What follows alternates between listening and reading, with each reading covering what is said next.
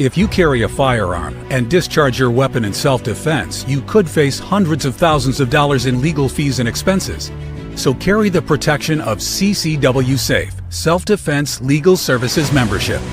Upfront payment of all criminal and civil defense costs with no out-of-pocket for members.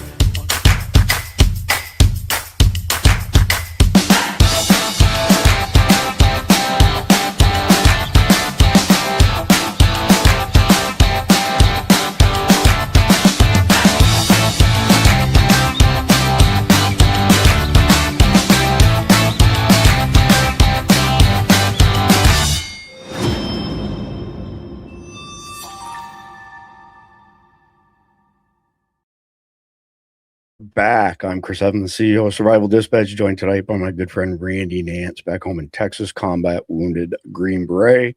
Below both of us, our good friend Jeff MD, 26-year CIA case officer, author extraordinaire, affectionately known in-house as 007. So before we get into the conflicted question, before we get into the sit rep, before we get into the main topic, which is breaking the control grid, I've got a handful of announcements that I want to get out of the way to make. So I spoke to the guys from Carnival today, and they shared a bunch of confidential information with me as far as the increase in prices that they saw from January 1st to December 31st in 2025. They've also just been hit with a 15% increase in their wholesale cost of beef. So they didn't want to shock their customers and flick the switch on it, immediately.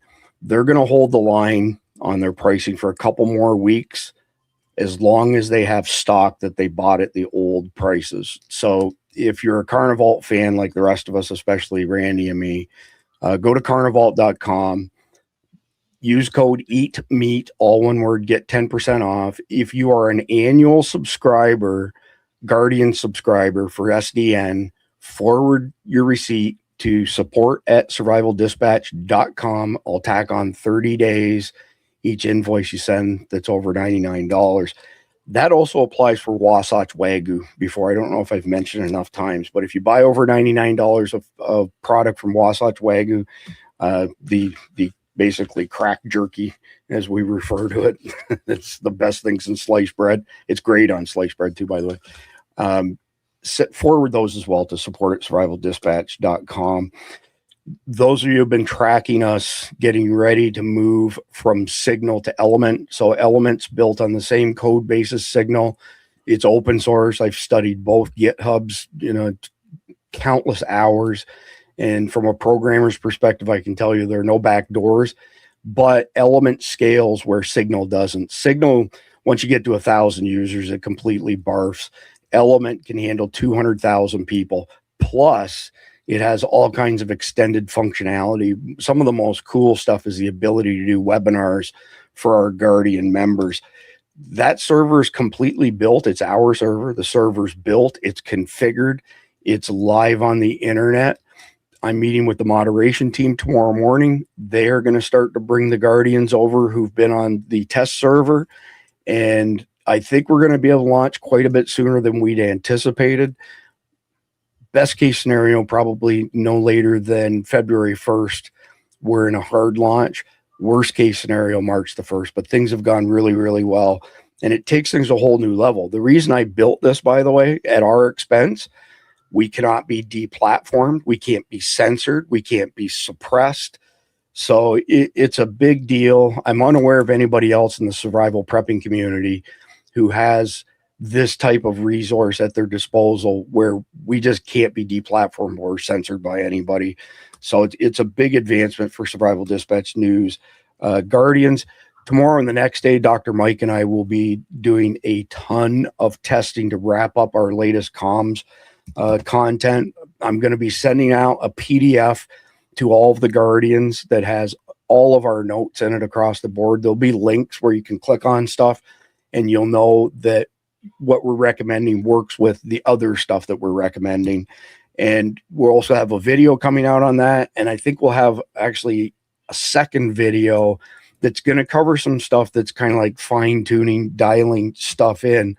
So I also want to mention, speaking of Big Brother and censorship, Last night, before our live stream finished, I got a notification that our small YouTube channel, which is Survival Dispatch News, maybe 4,500 subscribers, had been nuked. And they said that the end of our live video, the exit video, was in violation of their firearms policy. So I immediately launched an appeal, even though I do have legal representation for this stuff, because there was no guns. There was no talk of guns. If you were with us last night, they overturned it and they turned the video back on again, but they did not restore our ability to stream to our smaller YouTube channel. Now, our larger YouTube channel that has 445,000 subscribers at one point in time had 1,300 firearms videos on it. And when I took them off a few years back, couple years, whatever it was, I was hoping that we might be able to revive that channel, but that's not the case. We used to get 100,000 views on each episode of Survival Dispatch News. That channel now struggles because it is so suppressed. But I'll keep you all up to date on what's happening with our smaller channel, which was really just starting to grow legs and take off when they cut us down like this. And by the way, we got another strike yesterday on the big channel for a copyright infringement. Since we're talking about, Big Brother, John Wheaton shared a video March 14th, 2025 that was on X. He shared it on our podcast of a plane on fire and people deplaning. There were no watermarks in the video. There were no copyright statements by the person who posted the video. So we got a copyright strike on our big channel because we violated Storytale something's copyright according to them. And that puts us one strike away from our big channel being completely nuked and thrown off of YouTube. It's disgusting that American companies treat Americans so shitty. And get this into you. Last night, when they shut down our small channel, the video had 9,500 views on it on a small channel with only 4,500 subscribers. The big channel at that particular point in time was like 3,500 views. I think it's about 5,500 views now, but get your head wrapped around that. A channel that's 1% of the size of the other one getting triple the number of views. That's how bad suppression is by big tech. So I was telling Jeff and Randy about this backstage. Randy, I'm going to go to you first on this, on the YouTube stuff, and then I'm going to go to Jeff on the beef stuff. Your thoughts on American companies censoring the shit out of us as Americans, publishing content that clearly people want to access. You're on mute, Randy. I just realized that. Yeah, so I'm waiting because the Sun Point, YouTube, and probably some of these other social media sites, whether they believe it or not, are going to end up just like, you don't see them anymore because apparently the pharmaceuticals wrote themselves out. But remember, the new medications in about 10 or 15 years was always the class action lawsuit. Mm-hmm. And I'm waiting for that because YouTube is probably going to be ones that suffers. And I hope they do from a class action lawsuit because of what they're doing isn't right. And we'll take firearms, for example. They have a firearm policy for what? They're legal in this country. You can't hurt anybody over a video showing a gun, even if you fired it. You can't hurt anybody through the video. So really, them suppressing it is probably unconstitutional. But, they really don't suppress anything that's not the truth. It's an unfortunate part of it. You look at there was the National Enquirer.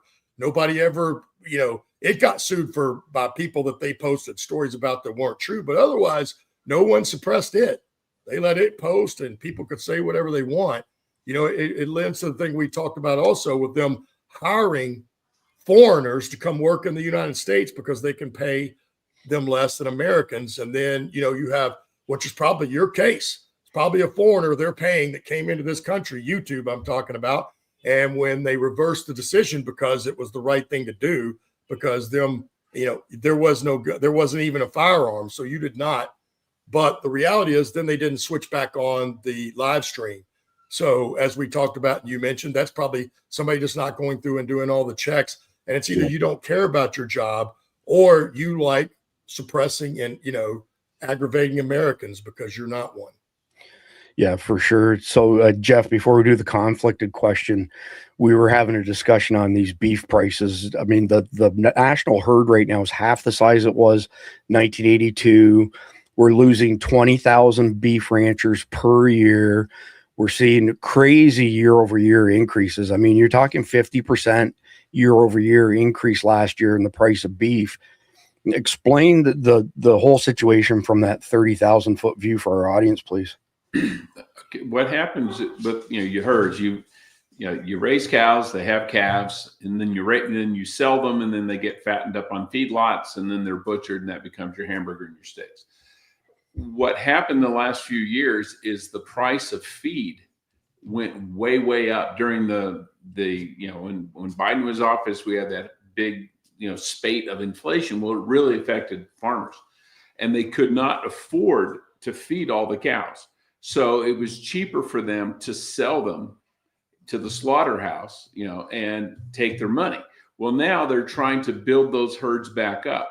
So, the heifer, has a calf, and then normally you would sell that calf to a feedlot. Well, now they're hanging on to them. The females in particular, they're hanging on to those female calves so they can raise them, and then they can have calves next year, and they become the production side of it, not the consumption side. So there's going to be a decrease in meat production for a year or two because it takes that long.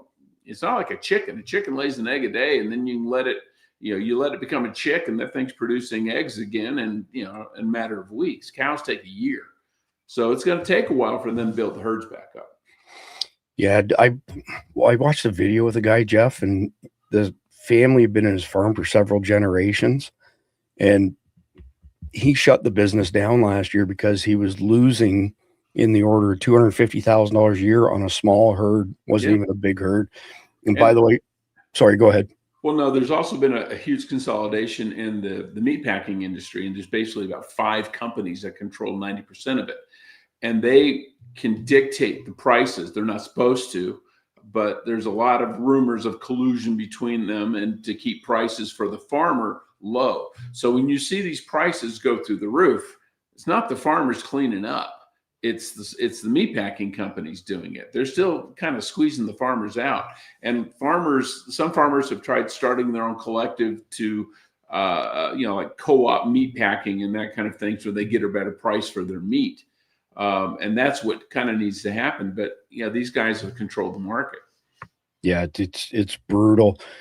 So just on that note, we'll move past the beef story, but I want to urge you, if you want to have beef stacked up that doesn't require refrigeration, that is 100% American and no crap in it whatsoever, Carnivalt can only hold the line until they run out of their current stock, and that's all there is to it. So carnivalt.com, code EATMEAT gets you 10% off. Back to the censorship before we do the conflicted question. Check this out. The reason I took a picture of this instead of snapping a screenshot is because it's on a completely separate computer and I'd have to transfer from one to the next. But somebody, what was their name here? MURR808 is the name, posted "eat more chicken," and YouTube censored it. And I had to approve that because of the censorship. I'm gonna broadcast this shit all over the place because that's a copyrighted catchphrase for Chick-fil-A, and I'm sure they're thrilled that people are using it that way too. Let's do the first audience poll, and it's an easy one. If somebody posts a video, for example, that has AC/DC or Metallica in it, those two in particular, Metallica, it's getting pulled down in the blink of a frickin' eye. It will be blocked everywhere, sort of thing. If you were the artist, and somebody played 60 seconds of one of your songs that made people go, "Oh man, I love that song," and potentially go and buy it, wouldn't you want them to have the ability to do that? So if you think giving somebody a strike for 15, 20 seconds, 30, 45, a minute or whatever of somebody's song means that their video shouldn't be taken down, put a 1 in the live chat, whatever platform you're on. We're down a platform here tonight because of the YouTube craziness. But I personally think the more people are exposed to my content, the better. Well, the irony is that's what word of mouth advertising is. You read something, you see something, you go to somebody else, you go, "Wow, I heard this song, it's really good." And you play them a sample of it. wow, that is good. Let me go get that album. That's how it works. Yeah. Well, not only that, they put their stuff on public radio. It's public. Yeah. So, then they sell their music. Used to, you had to buy a tape, a record, or a CD. All that stuff's gone by the side, but you still have to pay for your little iTunes or whatever you're going to do electronically. So at that point, you own the music. So I really don't understand what all this big deal is about artists getting upset, certainly like when Trump plays their stuff or somebody that doesn't want to. Hey, it's not your business. It's now public property to some extent. But listen, let's do another audience poll before we do the conflicted question. If you are Gen X or a baby boomer and you bought albums that years later you bought on CD, that years later you bought digitally through whoever, iTunes or whatever, essentially the same piece of work 3 times, put a 1 in the live chat because my wife and I both did that. I mean, we still have vinyl LPs kicking around. How many times are we supposed to pay for the same music? It's crooked stuff. But with that being said, let's move on to the conflicted question. And if you're not familiar with this, conflictedthegame.com, most of the questions in these card decks, there's 14 card decks set in post-apocalyptic scenarios, have some element of morality, hence the name conflicted. So tonight's question is, after the collapse of modern society, the federal government used several different types of aircraft support to ensure they stayed in power. Some of them were attack helicopters and surveillance drones. If your government decided you were a target, how would you evade helicopters and drones if they came flying near your area looking for you? This, ironically enough, I didn't go through the deck and pull this card out, but this card is directly related to tonight's content, as far as drones being used to spy on everybody. They're doing it already. They fly drones over our homes at ISR levels, right? So you can't see them. And it's the insurance drones. And then they turn around and say to people, hey, we spotted in your backyard this, that, or the other thing. We're going to raise your policy. Oh, we noticed that you have a certain breed of dog when we, surveilled your property, and they're not allowed. So we're going to have to drop you, or you can pay 5 times the price. Our insurance here, we've been in this house for 6 years, has gone from $1,200 a year to $5,500 a year. And because there were so many contractors that ripped off insurance companies after hurricanes on putting brand new roofs on people's homes that didn't need it, when your roof gets to be 10 years old, doesn't matter what the composition of it is, you either have to replace your entire roof, or by law, the insurance company only has to cover 25% of the value of your property. So if you have a mortgage, then the bank turns around and says, well, you can't just have 25%, so you need to buy your insurance through us. And it just goes crazy. Our roof on this place is 7 years old. We will not be here by the time it's 10 years old. So with that being said, lots and lots of crazy news today, yesterday as well, pretty much every day, but the past 48 hours for sure. So check this out. The state of Minnesota, plus all of its money, was promised to Somali people 3,000 years ago. Why are people so mad about this? This is straight up insanity. Somali people are not scamming Minnesota. Like, the American tax dollars that Minnesota generates belongs to Somali people. The state, along with all of its money, has been promised to us 3,000 years ago. So it's like, what are people cracking down on? Like, this is us collecting our debt. Like, it belongs to us. Somali people. Notice she doesn't want to show her face, really. Well, there's a reason that she doesn't want to show her face, which I'm going to bring up in a second. But Randy, just roll with that. The Somali people, tax dollars in Minnesota belong to the Somali people.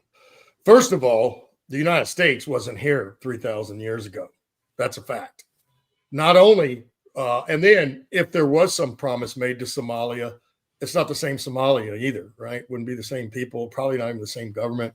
So really, it's ludicrous. I'm talking like she said something that's almost, not laughable, something that's legitimate. And anybody it's no different than the guy that tried to get on and explain that, somebody broke in and stole the only documents they needed to prove that they're an actual daycare center. It's beyond, it would be laughable and it would be hilarious if it wasn't true. So you could sit there and try to, I don't get it. I don't know how anybody like this could put out a video like that trying to explain of how all those taxpayer dollars are theirs anyway. Are you an idiot? Well, let's just see. Show us the proof. Right. Jeff, do you want to chime in on this? Because I'm telling you, I got more on this coming up. Well, yeah, you just want to go to that person based on what?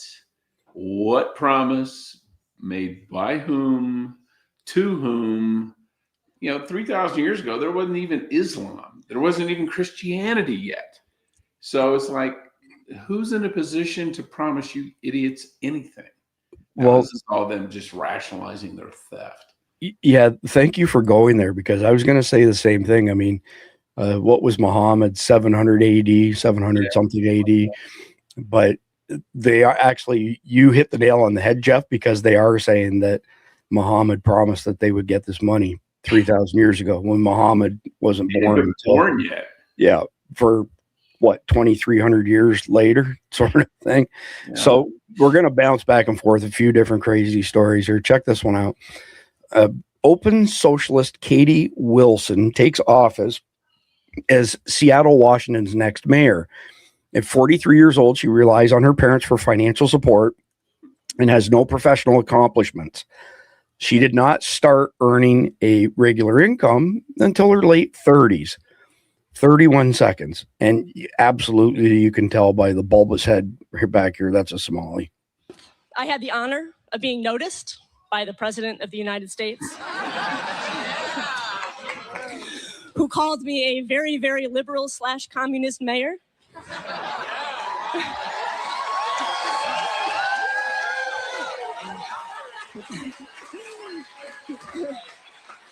It's nice to feel seen. That's all I'm going to say about that. Yeah, I got to cut that off.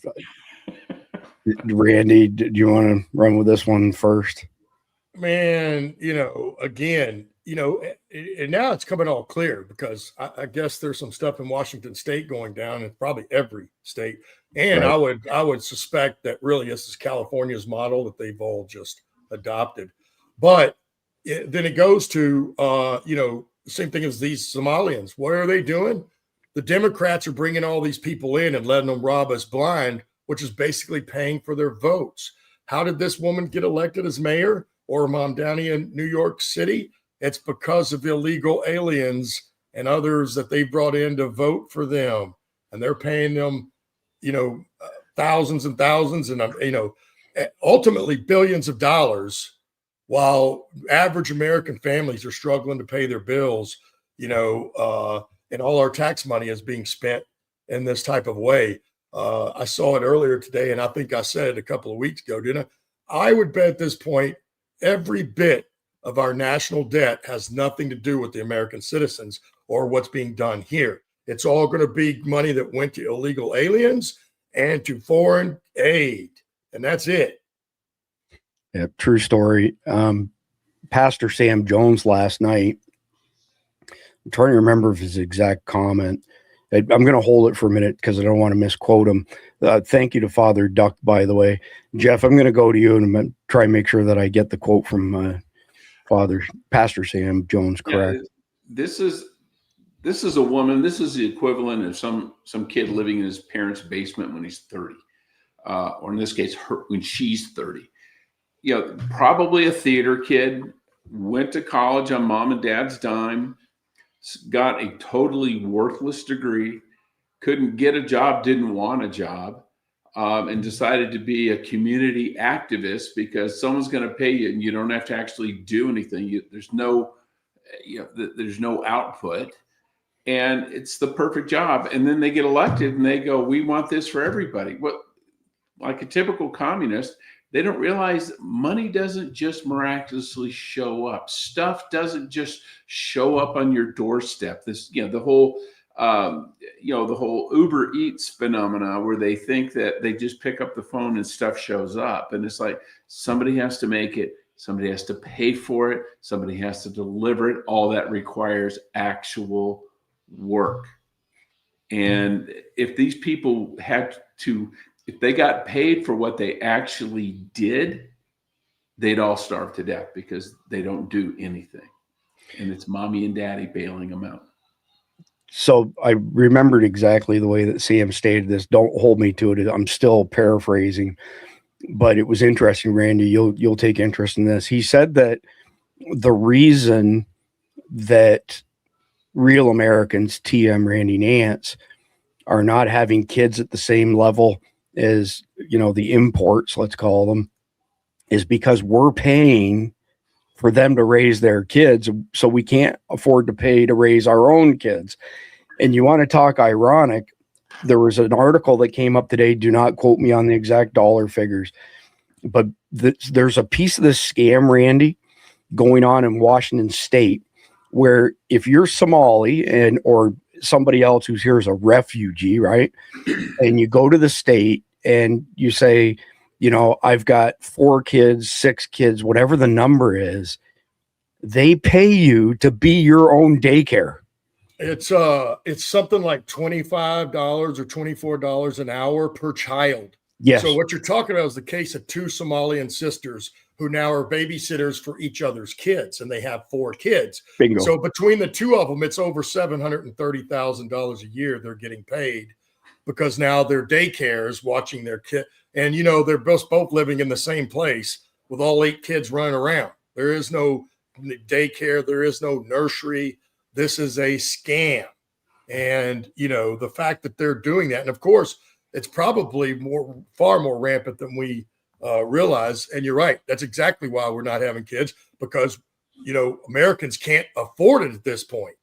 Unless you're making, 3, 4, 500,000, $1 million or 2 a year, people can't afford to have 10 kids anymore. It's not even five. Not even 5. It's not even just the kids. They also get paid to be their parents, their grandparents, caretakers.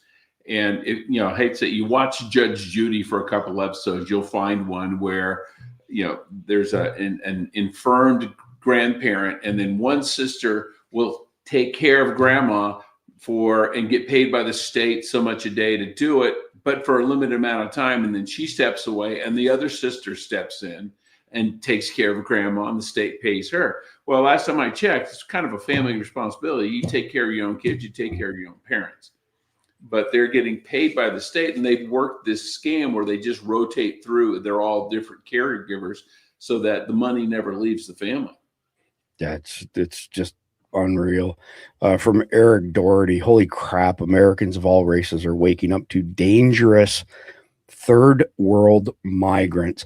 I'm not going to read all of this, and I'm not going to play the entire video because it's almost 3 minutes long, but I'll play enough of it just so you can all get a sense of where a lot of people in the Black community are right now with us. Be online, making threats talking about, go to work, do this, that, and the third, working 50 hours a week, why get benefits? And then you got the other damn somebody talking about, Trump not going to be around to see that we take it over. Let me tell you something right about now. All that damn trash talking, you better hush your damn mouth. You want to know why? Because we are not playing no damn games. And then at the same damn time, you talking about taking over. That is a declaration of war. That is really a threat to national security. Why? Because you are a foreigner. You are an immigrant in this country, really a refugee, and you over here running your damn mouth when you already are outnumbered, outmanned, and outgunned. You are not with the smoke, let me tell you. You do not want the smoke as an immigrant. You want to know why?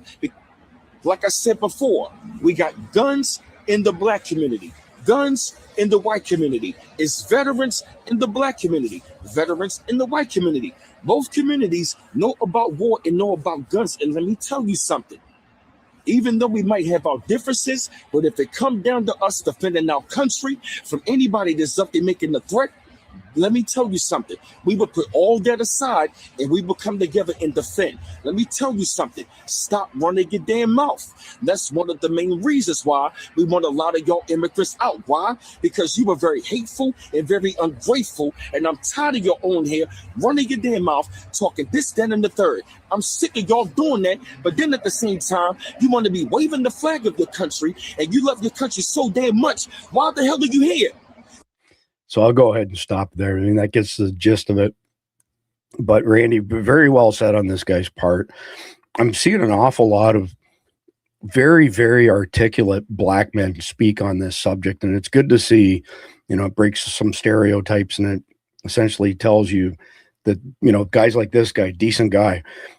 What are your thoughts on his comments of us coming together? Because this is an invasion. We're at war, whether people want to, you know, admit to it or not. Well, he's absolutely right.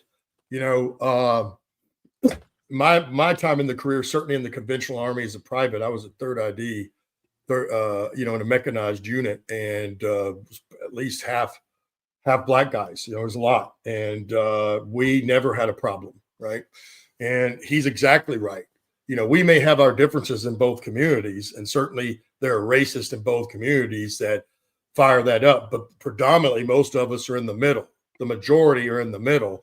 And just like when we're in uniform, we will have no problem joining together to root out all this evil and all this bullshit. You know, there's no doubt about that. You know, and I'm talking to one of a brother that I know, really good, very articulate guy. And me and him we're going to start, I don't know, we're in the talk phase right now, but basically for us to go out and speak into both the black, white community, you know what I mean? Because certainly in 2020, I think that they really tried to create a race war to kick off this civil war, right? And the reality is, people, you know, the fact is, it's really us against them. And when I say us, I mean all the civilians, all the Americans down here. Really doesn't matter what race you are. And then you have the people on the Hill and you have the global elites. That's them. And it's us against them, you know, and to constantly be talking about politics and race between both groups is exactly what they want. That's exactly what they want, because if we ever truly came together, there would be no stopping that. And that is exactly what they don't want. True story. True story. Jeff, take a swing at that. You're on mute, by the way. Yeah, no, he's absolutely right. And, you know, when your interests coincide, you get unity. And, you know, it's not, you know, whether you're white, black, Hispanic, you're an American, and it's your interest lies with this country, and you should do what it takes to make sure your country thrives. And it reminds me of in World War II, during the Battle of the Bulge, the Germans got English-speaking German soldiers, put them in American uniforms, and they went in and, you know, they changed road signs and they took bridges. They did, you know, they just were, you know, throwing sand into the gears. Well, the people the American soldiers really liked were black guys, because they knew they were American. There were no black Nazis. And so if you came to a crossing in a road and it was manned by black troops, they were the good guys. They were the Americans. You didn't have to worry about them being little Nazis, you know, who could tell you who was on, you know, who played second base for Chicago. You know, you knew they were Americans. That is a really interesting piece of history, Jeff. I appreciate that. So going back to Minnesota here, if Tim Walz isn't criminally charged for enabling all of the Somali daycare fraud in Minnesota, then there is no justice in America. This is a litmus test. We, the people, would like to see some corrupt Democrats hauled away in handcuffs. We need accountability before the midterms. And I've been saying 2 words for 2026, remigration and accountability. If we don't get those 2 things, things are only going to go from bad to worse. So formal criminal complaint has been filed against Minnesota Governor Tim Walz. Walz has responded by attacking Nick Shirley as racist for his investigation and blaming Trump. Polymarket says 91% chance that Tim Walz is going to be charged. Randy, Are we going to see any accountability? Man, God, I hope so. Right.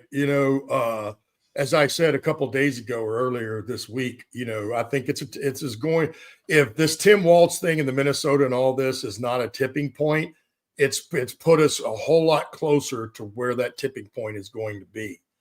And the problem is, I should have kept it. Y'all may have seen it, but there was a video out yesterday, I think on X, young girl too. Young girl, you could tell, but very wise. Basically, she was saying what this does. And this is exactly what I was talking about when I said it was a tipping point. I just didn't use these words, but I will now.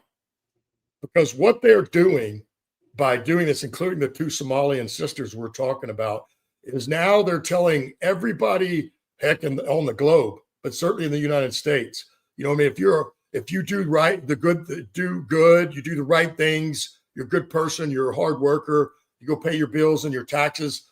Now they're making you look like a fool. You're the fool for doing that when you could just go scam. So now it's taking the idea that's always made America so strong, right? Individualism, capitalism, that you could make as much as you wanted if you were more than willing to go out and work for it. As we all know, there is no gain without sacrifice. So you have to sacrifice something, but you will gain in the end. The reality is, with all this fraud coming out, it's now making the average American taxpayer look like the fool for doing what they're supposed to do, going to work and paying their taxes. Yeah, well said. Well said. Jeff? I think it's going to be hard for them to indict him for theft unless they can track money to him personally.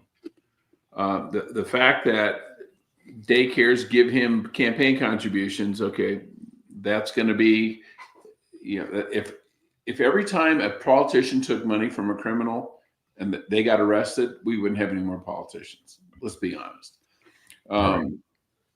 They're going to have to show a money trail from these groups to him personally or to his family, or some gross negligence. Now that would be a bigger issue, but I don't know that you can put somebody in jail for being stupid. Again, if you did, we wouldn't have any politicians left. So it may ruin his life and ruin his career, but unless you can hit him with an actual receipt of stolen funds, receipt of stolen goods, or where he broke the law to help somebody, abetted a crime, it's going to be tough. I hope they find it. I hope they have it. I think he's gotten some money somewhere. Really, I think the way they get to him is they need to go back to when the lawmaker and her husband were killed and the other one was shot. The only two that voted no on all this illegal alien money in his own state by somebody that was tied to him.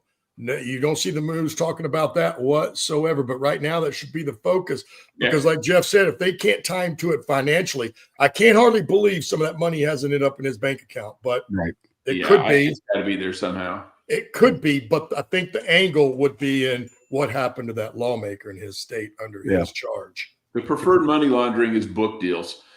Yeah. He'll write a book and get a $20 million advance, and no one will buy the book, but he'll get his money. That's how the Clintons did it. Well, they just gave Biden a $10 million book deal. Who's going to buy? You think $10 million worth? Kamala's book, no one buys that. And that idiot woman who did Trump grabbed the steering wheel of the beast, she got embarrassed in Congress because she lied for Congress. She got a book deal. Yeah. And that was, I think, was just basically, hey, thanks for helping us out. Here's $1 million. Barack Hussein Obama gave $300 million to Penguin just a matter of hours before he stepped down and handed the reins over to Trump the first time. And less than a year later, he was given a $60 million book deal with Penguin. And they tried to claim this is a New York bestseller. Nobody bought the frickin' book. Nobody bought the book. Yeah, they got a $350 million printing contract. I think it was through Macmillan, but they're all owned by the same company. Yeah. So the people who gave him the book deal weren't the same company that got the government contract. but they're owned by the same company. It's owned by they're both owned by KKR. All companies. All shell games. I want to back up just for a second before we go to the next one, because it took me a minute to find this. We get a ton of emails saying that we're racist, we're white supremacists. Ro and Khalid both have keys to pretty much everything in the survival dispatch world. This is summer football camp, 1984. And that's me in the tank top. And who is that guy? 210 pounds. Look at all the hair. That's right. 210 pounds, 10th grader. The black guy that's the same height as me went on to play for the Philadelphia Eagles under Buddy Ryan. And I think I've spent my entire life, I loved Mike Tyson back in the day. We would go to Mike Tyson fights. None of this division really showed up until Barry Sortero showed up on scene and stoked the fires. But I got to do an audience poll here, and I think you guys are going to agree as well. If all y'all think that the weight of calling somebody, meaning like the scale, the weight of calling somebody a racist means absolutely nothing today because it's thrown around so easily, put a 1 in the live chat. Does Tim Waltz calling Nick Shirley a racist really hurt Nick Shirley? No, it shows Tim Waltz is desperate. That's what it shows. Yeah. Yeah, that's one of those words that has lost all meaning because it's so overused. Bingo. That you're like, yeah, whatever. Yeah, nobody cares anymore.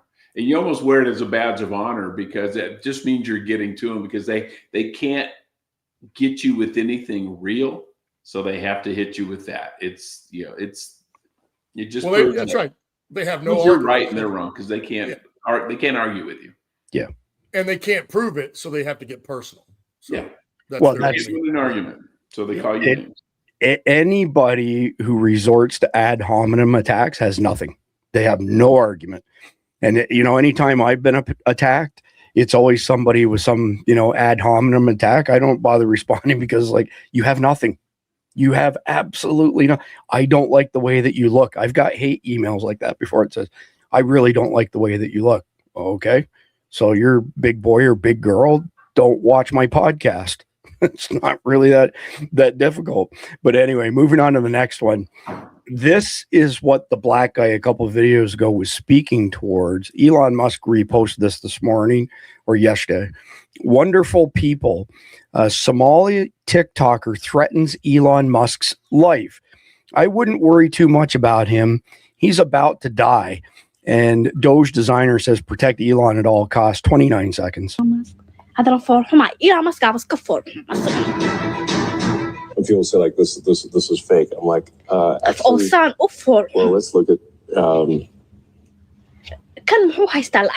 Hold on a second. I got to go back here for a second. Oh, we got to find the right spot here. We're there. Okay. If you think she looks like a Teenage Mutant Ninja Turtle, still, I don't give a shit if you think that's racist, by the way. Put a 1 in the live chat. So obviously she's speaking Pig Latin and, the rest of us can't decipher it. But basically what she's doing is threatening Elon Musk's life. So get this, India. This happens today. The Somali who appeared to threaten Elon Musk's life is now desperately backtracking after Elon responded, "It is war." She's terrified because she knows she was just exposed. She's about to FAFO. Fardoza Muhid has released a statement following backlash over a viral clip in which she said, I wouldn't worry too much about Elon Musk. He's about to die. Muhammad, Muhumed, is now claiming the remark was taken out of context. Clearly taken out of context. Let me back this up here. By the way, she's got stuff all over her social media, wearing a bikini. It's not pretty. Trust me. You all don't want to see it. If you do, you're going to have to jump into the SDN Guardians, and that way you can get, reduced payments because we have a group therapy rate, for this sort of stuff. In her statement, she says she is now truly in fear for her future. I'm not paying the whole 3 minutes and 13 seconds. If you told me a week ago that my name and Elon Musk's name are being... You got to turn it up, guys. Like she's barely whispering into it. I'll back it up. Now you get the warning. Go full blast on the volume. Turn it back down when she's done with this bullshit. If you told me a week ago that my name and Elon Musk's name are being voiced in the same breath, I wouldn't believe you. But here I am today. So if you know who I am, you know why this video has to be made. On December 31st, 2025, my life took a tragic turn. I was that deep. Her life took a tragic turn on December 31st. And misheard on a now viral clip. In this clip, my words and what they are being translated to has been taken greatly out of context. Her words have been taken greatly out of context. Well, you can tell she's reading. Myself clear. I never intended or even aimed to threaten the life of Elon Musk. I'm not a person that carries around hate. I'm not a person who carries around hate. Yeah, these people. Taken my words completely out of context. My words have been taken completely out of context. And it's been deeply hurtful to watch how... It's been deeply hurtful to watch. Randy, how's your watch doing? Mine went off within the first 5 seconds. Well, I'm just tired of watching people play the victim after they do something. I mean, clearly it's her own actions because no one forced her. Well, as far as we know, she might have gotten paid. We don't know. But we know she went on social media on her own, it appears, and she was looking right at the camera then and said it without whatever statement she was just reading. She wasn't looking at the camera. She was looking off at whatever she was reading. But again, here her own actions now cause this problem for her. But instead of owning up to it and saying she's sorry and she shouldn't have said it, she's now wanting to play the victim and saying somehow this is now, tragic and it's affected her life. Well, maybe before you hit send on that, maybe you should have thought about that. Yeah, there's an old adage, Randy, that says God gave you 2 ears and a mouth for a reason. You should listen twice as much as you talk. Precisely.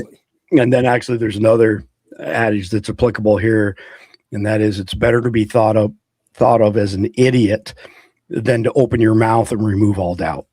I think both of them apply in her case. Yeah, that was one of my dad's favorite statements when I was growing up. I heard it more than I wanted to. Said, son, it's better to let them think you're a fool than to open your mouth and remove all doubt. There you go. He did. Jeff, your thoughts on this poor girl who's been victimized now? Well, this is like the Menendez brothers throwing themselves on the mercy of the court because they're now orphans after they killed their parents. Right. Or the arsonist complaining of smoke inhalation. Yeah. So, by the way, I'm just looking up at YouTube over here. For those of you new to the podcast, I run 7 different monitors and 9 different virtual desktops with my MacBook Pro. Pathetic imbecile just got censored, so I'm prove that for John Curry. I can't even catch them all up there. It's crazy. So next one's Benny Johnson. The era of suicidal empathy in Western civilization is officially over. We have had enough. And it's 2 minutes, 22 seconds. I'll probably play the bulk of this one.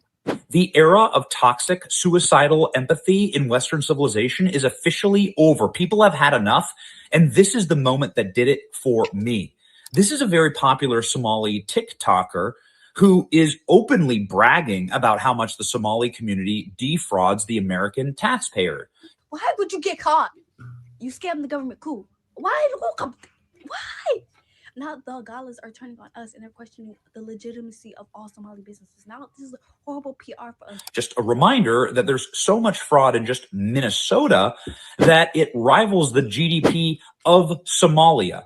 That's how efficient these people are at committing massive state-level fraud, and we probably don't even know the half of it. Anyway, she's laughing about it, and then she threatens Elon Musk's life for exposing it. This is how it works, by the way, in the third world. I wouldn't worry too much about this one. I wouldn't worry too much about him. He better die. He better die. It is something that caused Elon Musk, in response to this, to say this is war. Elon Musk understands this ideology because Elon Musk is from South Africa and knows what happens when a group of people take over and decide that they are going to loot and plunder, pillage, and strip mine the productive classes of society and go kill for that treasure. That's exactly what happens at scale in South Africa with white farmers and whites in general. It's a reverse apartheid, and it's way worse than anything you've ever heard reported because the media doesn't ever talk about these things. But this is what's happening, and this is why we have to end all third world immigration to the United States of America. They don't want to be Americans. They want to be Somalis here in America committing piracy. They will defraud and then they will kill you if you notice. This is exactly why we need to end all immigration from Somalia and consider deportation and denaturalization of the third worlders who are here in this country already, because this is the mindset. So I got to agree with him 100% there. Denaturalize, send them back to where they came from. I'm telling you, remigration and accountability. If we do not get those two things, we're screwed like Europe. Randy? Well, here's reality. Those people aren't smart enough to figure this out. So unlike what he said and she kind of said, if anybody thinks the Somalians just came here and then figured that all out by themselves, you are drinking the Kool-Aid. Here's, again, we'll go back. Here's reality. Why do you think Barack Obama brought in all those Somalians into one district and got AOC elected? Why do you think? Who helped them? Because this took American help and somebody that knows the system very well to help this get wired out. Certainly as efficient as it's been, the Somalis didn't come up with this because their government is not structured the same way. There are no they don't have what we have. So when they came here, that means they showed them how they could defraud the government and then basically approved it all. That's what we're looking at. Yeah, true story, Jeff. Yeah, I think Randy's got a point. This is not in their wheelhouse. So someone had to show them how to do this. It may have been another Somali who'd been here longer and, figured out how our system works and said, guys, this is going to be so easy to rip these people off. And they come from a society that is not a trust-based society. Places in America, you have roadside stands selling corn. I heard a guy talk about, says, yeah, you would go, you'd put $5 in, you take out $2, make your own change, and you take your corn. There's no one actually manning, the little roadside stand because they all were neighbors. They all trusted each other. That would never happen in Somalia.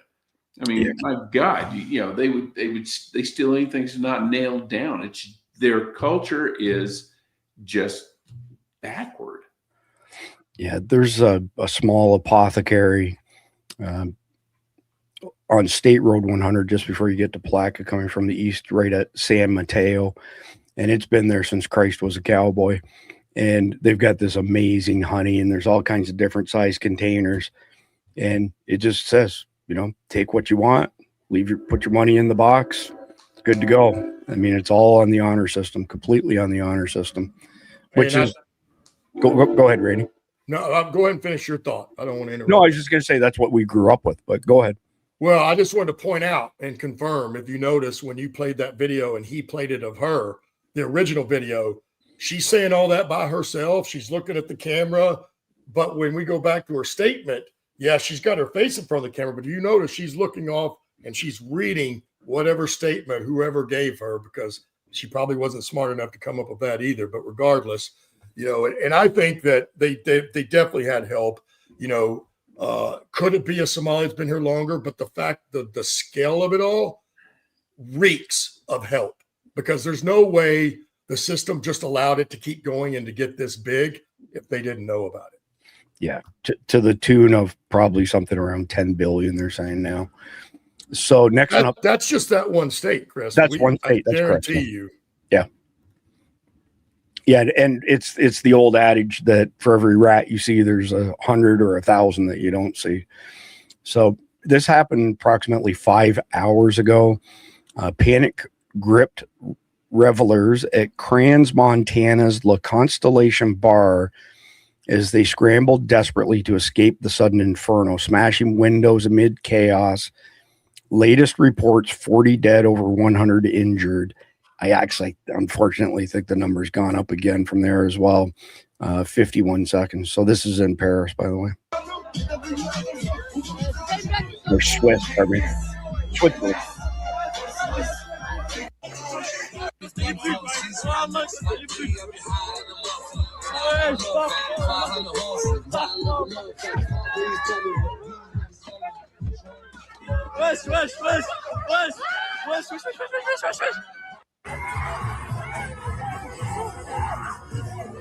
Et là, il y a une seconde. Wesh! Regarde, ils sont en train de cramer, ils sont en train de mourir. Ils sont en train de cramer, promis.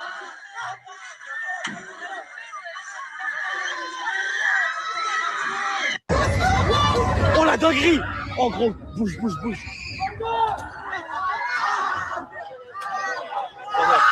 Wow, that's horrible, man.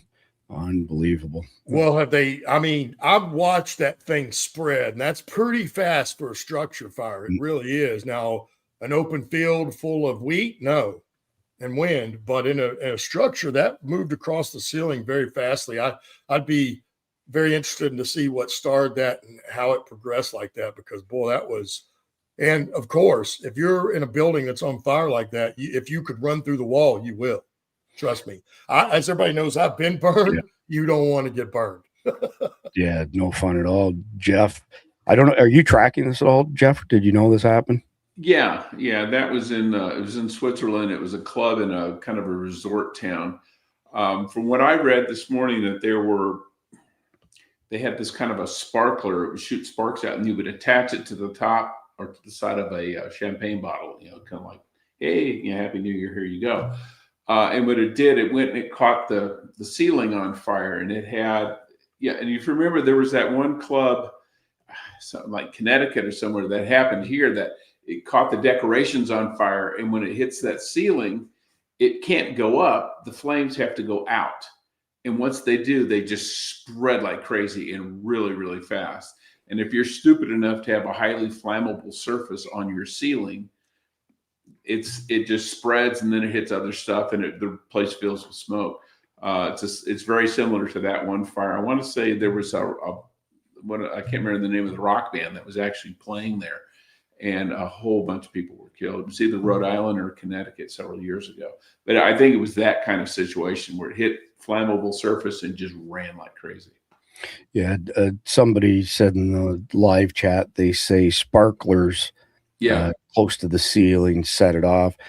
I believe them, but I haven't had a chance to verify. Go ahead, Ray. And then somebody also confirmed it was Rhode Island on that last one. But, and I get that. Somebody also said flashover. Everybody knows it's called flashover. Yeah. But a fire has to get to that point. It doesn't just happen. Well, when you stick flaming sparks. Well, yes. When you have flammable stuff, that will do it. And I saw a video taken inside it, and it was spreading really fast. Yeah, it's crazy, isn't it? All right, next one up here. So from Elon Musk, California didn't even have slaves. Why is it right for someone who escaped tyranny in other countries and happens to live in San Francisco to pay reparations for something they had nothing to do with? This is deeply morally wrong. Breaking: San Francisco quietly rolls out $5 million per person reparations for Black residents while in a $1 billion deficit.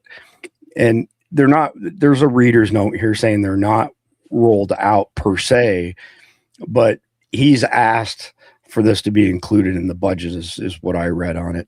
22 seconds. This is on the news stations as well. Not that makes it believable. To eligible Black residents. However, paying for it may take some creative accounting. As the New York Post reports, the city's admitting it can't sign the checks as it's facing a $1 billion deficit. It's more news on the money front. Home buyer. So I'll go ahead and stop that there. Randy, you get first swing at this one. I'm like, this is just ridiculous. But it's definitely something that California would do.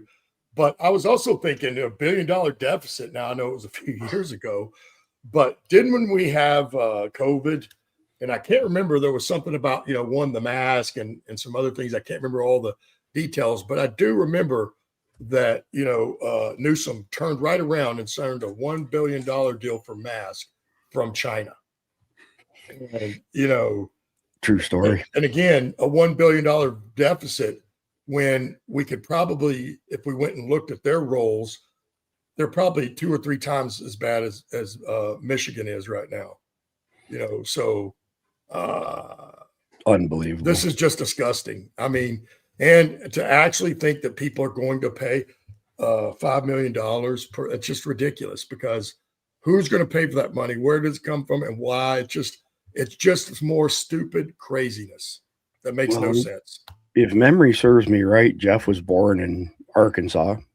And as you know, Randy, we like to tease our friends in Arkansas. We call it Arkansas. Jeff's not laughing.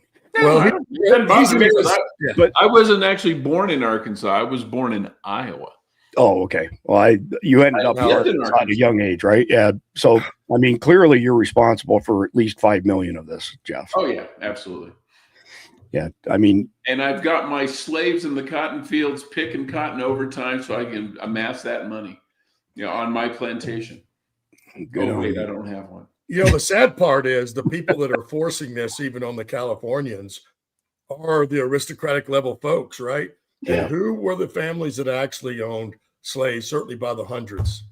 Average people like us had no slaves. My great grandfather died at the Battle of Chickamauga fighting for the South. He was kidding. From Alabama. He didn't own slaves. He was a poor dirt farmer. Yeah. I doubt if he even had freaking shoes. Probably not. Jeff, have you been to the park there for the Battle of Chickamauga? Yes, I have. It is unbelievable. What's the name of the mountain called again?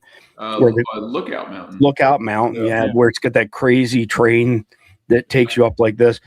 We spent an entire day on our motorcycles and just walking to cover off the whole area. I don't know how many acres it is. It's huge. They've got the biggest collection of Civil War era guns I've ever seen. But what a brutal battle that was. Yeah. That essentially opened things up. Like that was the tipping point. And guys, I've got to bail because my kickoff is about to start. So all right. Good luck to your team. Wildcats. Yeah. All right. We'll see you on Monday, Jeff. Thank you. All right. See you guys. So Randy, check this one out. This kills me here. Breaking. The FBI and our law enforcement partners thwarted a potential terrorist attack on New Year's Eve in North Carolina. The subject was directly inspired to act by ISIS. USAOWDNC and FBI special agent in charge will announce details at 11:30 a.m. news conference in Charlotte. You scroll down a little bit, and here's one here. I wonder if it was something along the lines of the Whitmer kidnapping plot where you basically just stop yourselves from doing it. The next one screams FBI entrapment. Does inspired to act by ISIS involve an FBI agent claiming to be ISIS that wrote the note for him and hid the weapons under his bed? Phil Kennedy says, you guys make this phony claim on every holiday. And it just goes on. This is pretty funny, from the Wolf of Wall Street. Wall Street, well done. And again, it gets pretty funny going down throughout it there, but it really does reek of a PR stunt. Did you catch this at all, Randy? Yeah, my fiance sent it to me this morning, and I turned it on for about 5 seconds. And when they start talking about lone guy, and that, it could take up to 1 to 4 years to radicalize somebody over the internet, I turned it right off because I know it's fake news. It's just like what the one guy mentioned. What it was it Thanksgiving or what was the last? Or was it Christmas? One of those that they thwarted an attack before too. Oh, Halloween night. It was Halloween night. I do remember that now. It was Halloween night. They supposedly thought, but it's just all a bunch of bull crap. So I told her they're not arresting real jihadis. They're going out and fabricating some of this stuff, and that's the truth of the matter. Well, it's kind of like when they march their guys around for the Patriot Guard and matching khaki pants and matching shirts and all that bullshit. We only got a couple left before we get to the main topic, but check this out. So Benny Johnson says it's almost been 24 hours and not a single corporate media outlet has had anything to say about this. Funny how that works. Elon Musk responds because they aren't actually news organizations. That's right. They are legacy media propaganda pushers for the far left. It's a 2-second clip. I'm going to let it play a few times. Yep. Do you remember all hell breaking loose saying that Elon Musk was a racist and blah, blah, blah, because he did something He basically similar? did the same thing. Basically the same thing. Yep. Yeah. All right. So last one before we get into the main topic. Oh, this guy again, huh? Well, yeah, but this is from Il Donaldo Trumpo, which is, a satire account. And he says, okay, who did this? 39 seconds. This is pretty funny. This kid's so full of shit. We used to say this, things like this kid's so full of shit, his eyes are brown. I haven't heard anybody say that in a long time. 39 seconds. Hey guys.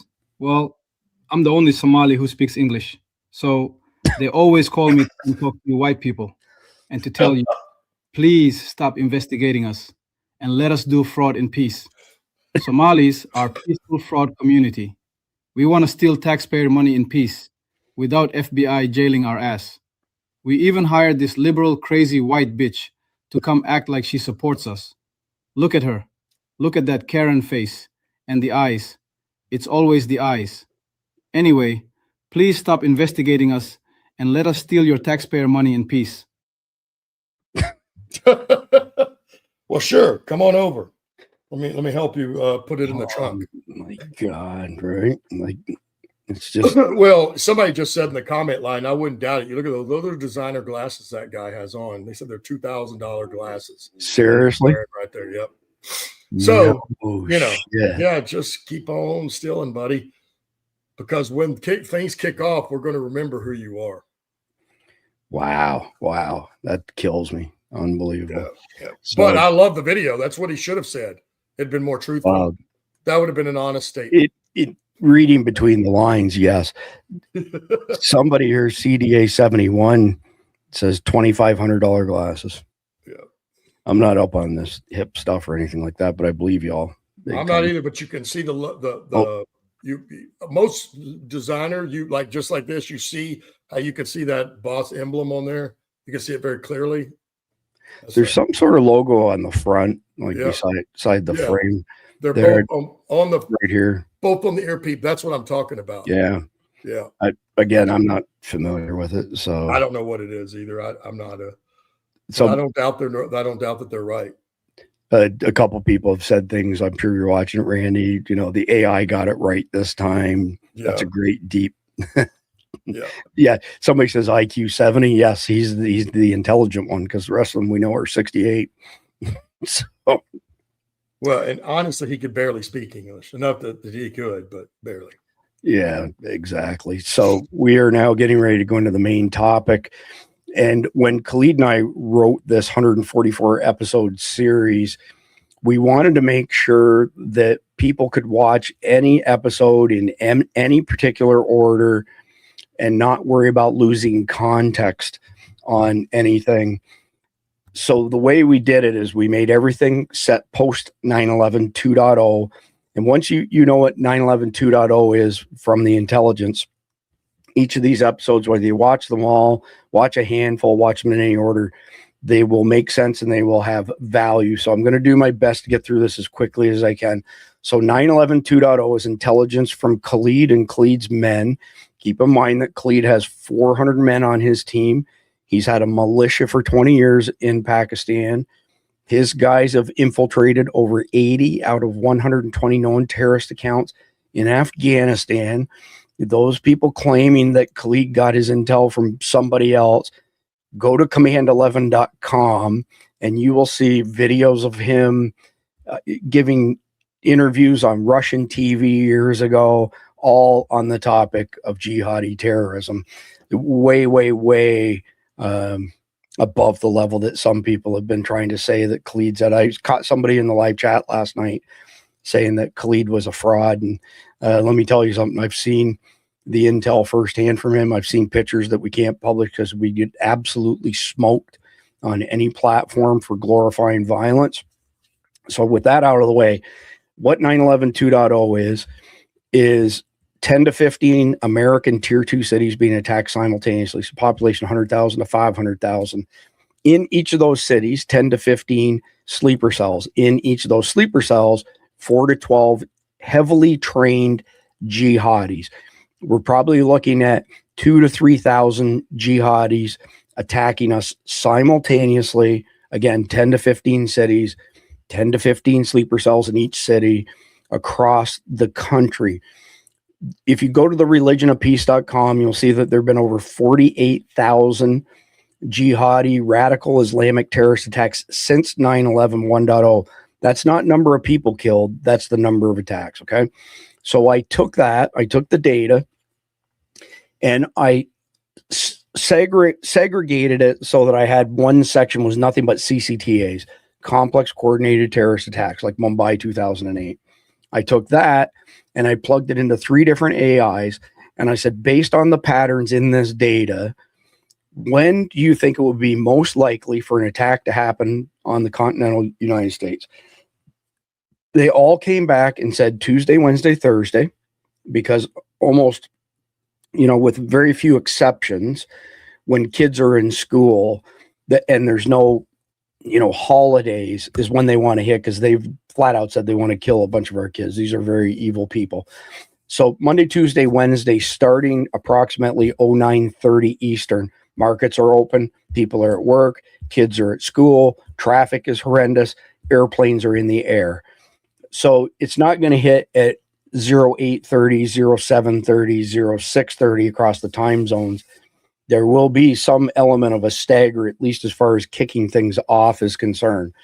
So the first thing that they'll do is they'll go after soft targets like schools. Then they will sit and wait for the first responders to show up, and they'll kill as many as they possibly can with secondary and tertiary attacks with things like VBIEDs, so vehicle-borne IEDs. Meanwhile, back in Afghanistan, there's a command and control team there, which will be very large for this, because think about it. You're talking about somewhere between 100, 200 sleeper cells operating in sync. And there's lots of evidence starting in 2008. They were doing this in Mumbai. There was 10 jihadis there. So the command and control centers in Pakistan and Afghanistan at that point in time were, communicating with the sleeper cell saying, hey, don't go after target A now, go after target B, because this is where law enforcement is. This is where the first responders are.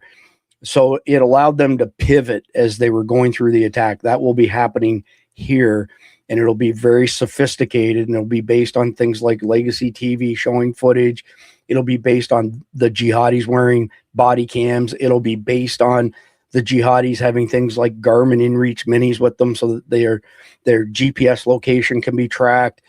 It'll include jihadis dressed up as cops, paramedics, National Guard. Even there's been a ton of uniforms stolen. This is not just about the stuff that happened this week in New York. Over the past 18 months, multiple break-ins at National Guard armories. And it's interesting when you look at it, it says there was $3,000 of property stolen. It's like $3,000. That's not very much to steal from an armory. Then you dig deeper into the story, uniforms and boots. And the police uniforms, paramedic uniforms, there have been a bunch stolen from dry cleaners over the past 18 months as well. There have been cop cars stolen. There have been ambulances stolen. So essentially, the human mind has this thing called normalcy bias. So, the first attack goes off, somebody survives, and they think, phew, thank God I dodged a bullet. That will get you killed. I published an article earlier today on our Substack, survivaldispatch.news, if you want to check it out, which basically says if you stand still, if you shelter in place, you're essentially as good as dead. So these guys will wait for the first responders. They'll do the secondary, tertiary attacks. Then they will move on to the next target.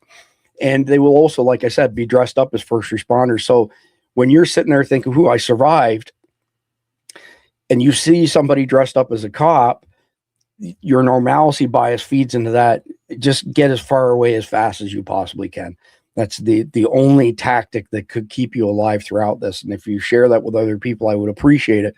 The other piece that I would appreciate you share is that if you look at various instances where a large police presence is dispatched, they all pile up together. There are SOPs in law enforcement that say, don't do that. Don't all y'all park your cars in the same spot, side of the road, middle of the road, because it traps a bunch of them in place and it makes them fish in a barrel as far as the terrorists are concerned.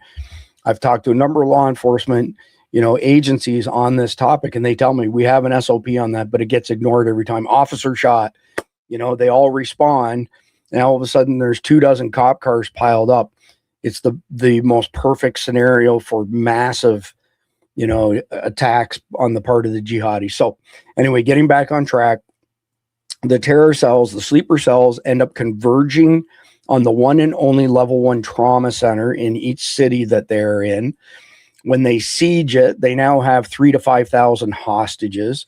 They're wearing invisible suicide vests that have a liquid explosive in them.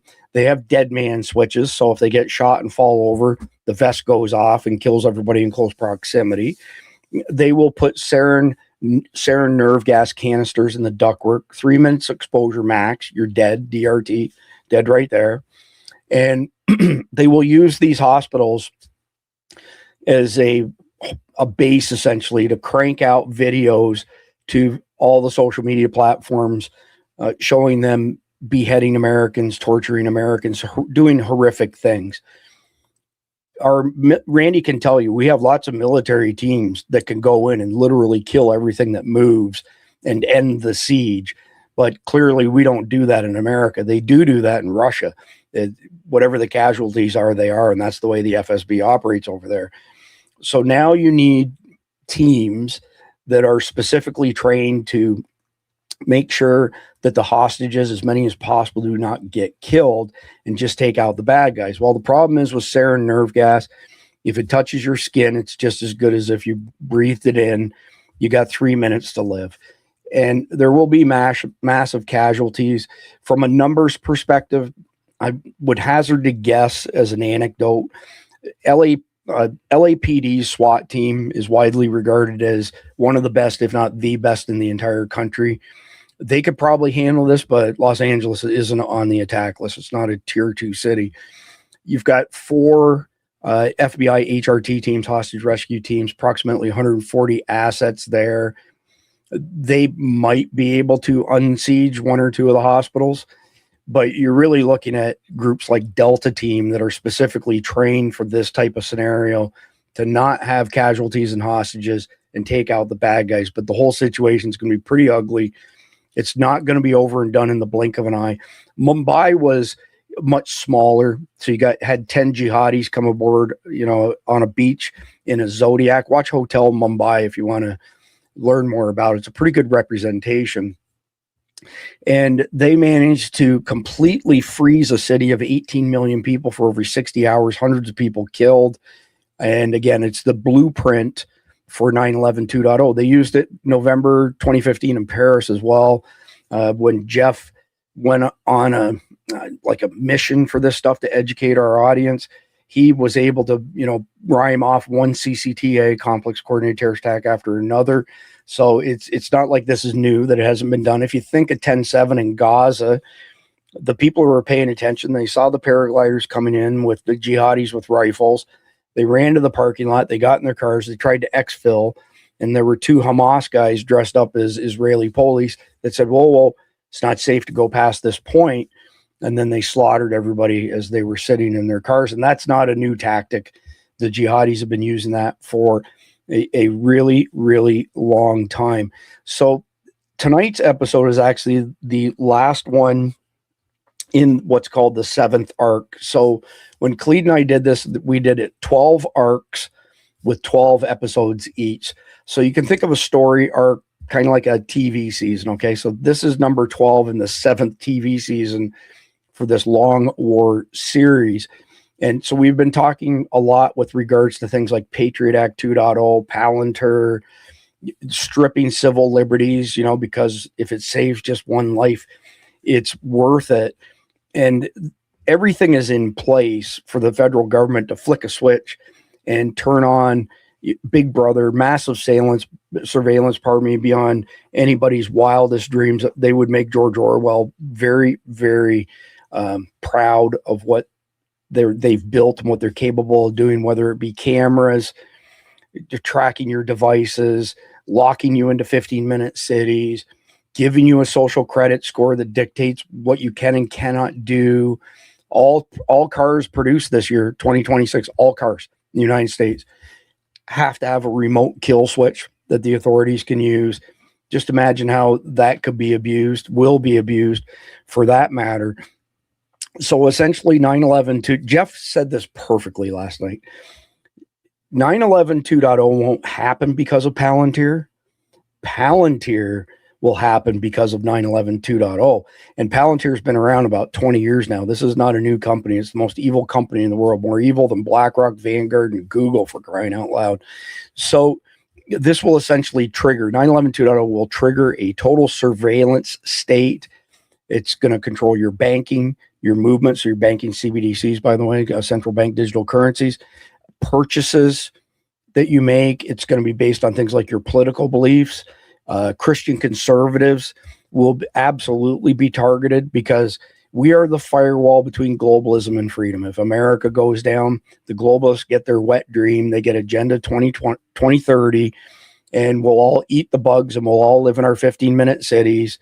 And, we will be happy for it, because the argument on the part of the globalists, the powers that be, the money kings, whatever you want to talk about, whatever you want to call them, is essentially they'll strip away all your God-given freedoms, because the message will be, look, the only way we can protect you from another attack like this is if we have you corralled into a 15-minute city. One last piece to 9/11 2.0, and then I'll go to Randy on some of this stuff. But Osama bin Laden in the mid-1990s came up with a strategy called Bojanka. The original Bojanka strategy was jihadis would board planes somewhere like Dresden, Germany. They would put liquid bombs under the seats. They would deplane in Heathrow, London, England. And then when that plane came to America, it was at a low altitude over an American city, they would detonate it. And that would cause body parts, luggage, plane parts to fall in, whatever American city they were over. Absolutely horrific, right? So 9/11 2.0 includes that piece, but it also includes Al-Qaeda here in America. And keep in mind, Joe Kent, the head of the National Counterterrorism Center, just testified in front of Congress saying they know of 2,000 Afghanis and 16,000 other Middle Easterners that Joe Biden's administration let go that are highly trained terrorists. Then you have the DHS, Mayorkas's DHS, let 200,000 SIAs go, special interest aliens. 9/11 2.0 is not a one and done. It's the beginning of a whole new world that sucks really, really bad. So the domestic plane component is Al-Qaeda goes through TSA security, just like they'll go through security in Europe for a very specific reason. They then hijack planes on the ground here in America, because it's virtually impossible these days to hijack in the air. But hijacking on the ground is doable, but only with the assistance of other jihadis that work at the airport and can help them push away from the jetway, get to the runway, and actually take off. And so these Al-Qaeda will be just like the Al-Qaeda in 9/11 1.0 that have been trained how to fly planes. They'll fly at low altitude over cities and blow it up in the same type of effect. So why would they want to go through security in Europe and here with their suicide vests? They want to do that to shut down the entire airline industry around the world. When the investigation's done and they realize that each of these people walk straight through security, because only 3% of American airports have millimeter wave scanners, which is the only way to detect these type of vests, there will be no planes in the air until every single airport is capable of catching people with this type of technology, which will cause massive economic disruption across the country. Now, add to that as well, you end up with ongoing attacks on a regular basis. It's going to be very much like the Middle East. It's not a pretty picture whatsoever. And because of that, that's why the government says, look, the only way we can protect you is we have to lock you up like rats in a cage, and you have to show your passport to get in and out of these 15-minute cities, which will depend on your social credit score. It'll depend on whether you live there or not. And of course, that will be the argument to say, well, we're keeping the jihadis out because we only let you good folks into your own 15-minute city. So imagine all of this happening, okay? That's 9/11 2.0 in a nutshell. It's as short as I can possibly make it. And imagine what the reaction will be across the country for Americans. Now imagine just how bad this will be based on the head count. Randy, you fought these guys in the Middle East. What does 218,000 trained terrorists look like as far as a standing army that doesn't wear a standard army uniform and isn't as readily identifiable? How much of that 218,000 head count does it take to pull off 9/11 2.0? Well, probably not even half, really. I mean, if you got a really good plan, and some things go right, because as I always say, nothing goes according to plan. So they can have the best plan laid out they want, and it doesn't really matter, because once go time goes, then it comes down to how everything falls in line or not. And, there's so many variables to that we couldn't even guess. But the fact is, it's Murphy's Law, and it's a true thing. Because one of the things I learned in the military is it doesn't matter how high speed we get, right? Or how high speed the technology we have is, right? Because reality is, and it does happen, that technology is going to fail you the moment you need it the most. It's just the way it goes. And so, but with 216,000, I mean, let's just be honest here. If there was literally probably 1,000 guys per city, that's only 15,000. That would, you could do some serious damage with some highly trained folks with a really good plan that has some contingencies worked in, so that when things don't go to plan according to plan, you just roll to the next plan. And that's basically what we do.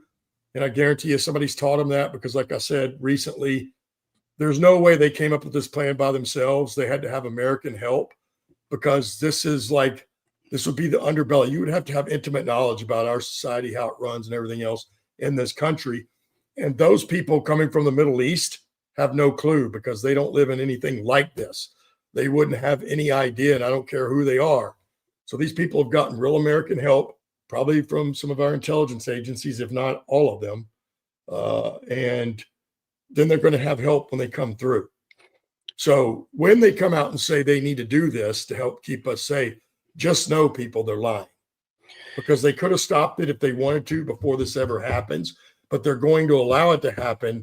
Why? So they can introduce Palantir and all the rest of the stuff they're ready to roll out to not only crush the United States, but when we fall, the entire globe is gone. We are the light of the world, and that's a fact. Yeah, true story. So Randy, let me get us over on the other stage here. For the people who are new to Survival Dispatch News, how ill prepared is law enforcement for this type of scenario?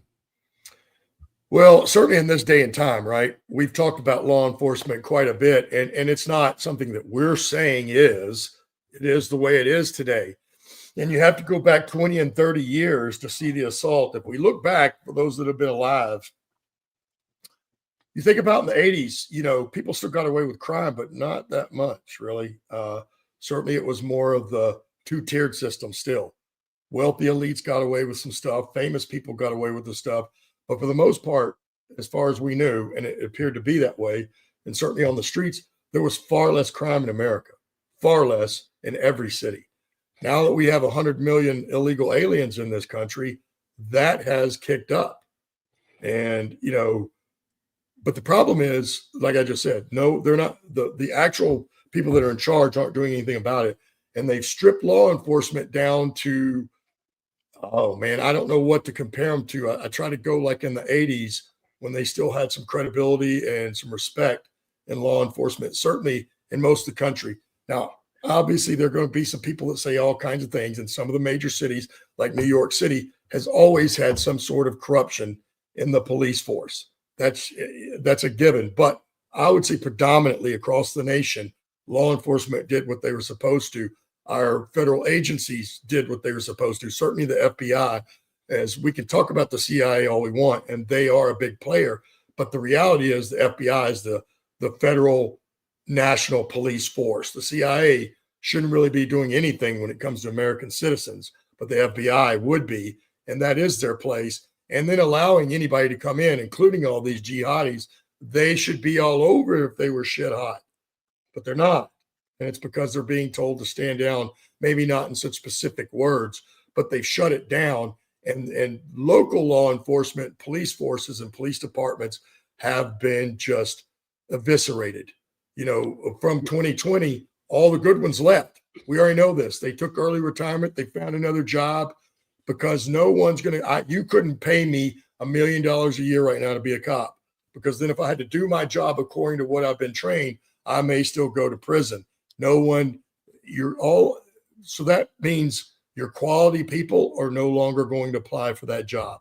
And that's what we're at now. And so, yes, law enforcement is probably woefully far less ready now than they've ever been in this country before. Yeah. So New York City has something like 35,000 active officers right now. To be at full strength, they would need 50,000. But that doesn't mean that they're at 70% power, because what Randy just said, the demonization of defund the cops in 2020 meant a lot of highly trained good cops left. Then they had to lower the standards so far to get people like Acorn Cop on the force, like we had here in Florida, that realistically their production capability or capacity is probably 50% of what it was at its height across the entire country. And Randy's right. Now think of this next part to it as well, Randy. I mean, are you going to risk going to jail, like you just said, for doing your job and taking out a bad guy, or are you going to go protect your family when this goes down?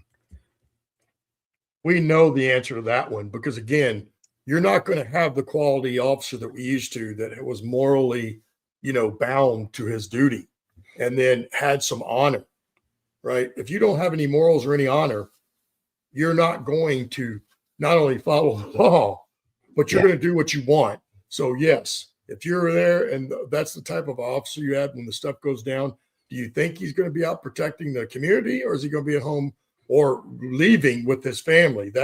I would say that's exactly what would happen. So before we go to segment 2, there's an old adage that if you fail to plan, you plan to fail. And give our audience some ideas on what a family plan looks like that would have the potential to save people's lives, as far as let's go with a younger family. Okay. So you've got a husband and wife and a couple kids in school, and your parents are still alive. What needs to go into a plan for those people? Because this stuff, when it goes down, if it's 0930, for example, parents are probably at their own home. You and your wife are probably at work. The kids are probably at school, and this shit goes down. What's a proper looking plan? What goes into it for this? Well, the first thing you would want to do, unfortunately, you need a fairly not complicated, but a comprehensive plan, right? And the way in special operations, you also never have one plan, right? You have a primary, you have an alternate, you have a emergency, you have a contingency, and you have an oh shit plan. So you have all 5 of those plans worked out. But initially what you need is a family, right? Because what's going to be important if something like that happens, what is? Getting together, right? coming back together, because like you said, you're going to be in all different areas. And if, depending on what ages or ranges of kids you have, they could be in 2 or 3 different schools, depending on how many kids you have. So there has to be a plan of, if something happens, just like when you're in baseball, what are you going to do if the balls hit to you? You need to know before it happens. So if something like a 9/11 or something happens in your city where that you have to do something, then you need to know what that plan is. Like who's responsible for picking up the kids, who's responsible for picking up the parents, and how all of that plays out, right? And I can't speak to specifics because each person's plan is going to be, each family will be a little bit differently, right? And you will have to figure out what those details are and who can get to who the best. And then you have your rally point. Maybe it's your house, but may not be. What if it's bad enough that you've got to get out of town? What I would do from this moment forward was I would go, pack some bags of stuff that you may need, including food and water and ammo. And just like when you're in airborne or you're in the military or special operations, and when you're on what's called red cycle, that means if anything in the world happens, you are up. And they have a 2-hour recall. So that means you can't travel a certain distance from the installation for that very reason without approval from your command. And that's very hard to get when you're on red cycle, because when they mean be back, that means in 2 hours, you're up at the company with all your stuff already packed, which again comes back to what I was talking about. So when you're on red cycle, like when I was on active duty, I had stuff packed, bags packed that were specifically for that. I didn't unpack them to train. I didn't use them on normal days of work and all that stuff. I had red cycle packed up, and it didn't matter where we went. We went to a 7-Eleven. That thing was in the trunk. So if something happened while I'm at 7-Eleven, hopefully then I was married, my wife would be with me. If not, then I would have ran home real quick. But regardless, I wouldn't have had to get my bag. I would have just had my wife drop me off, or I would have left my vehicle at the compound, just depending on what that looked like. And so you need to have a plan of how everybody's going to get together and come back together and either get home or go somewhere else. And I mean, that would be a priority right now, because the last thing you want to happen when this thing kicks off is not know where your kids are or how everybody's going to get together or who should be doing what, because that would be far too late to try to figure that out.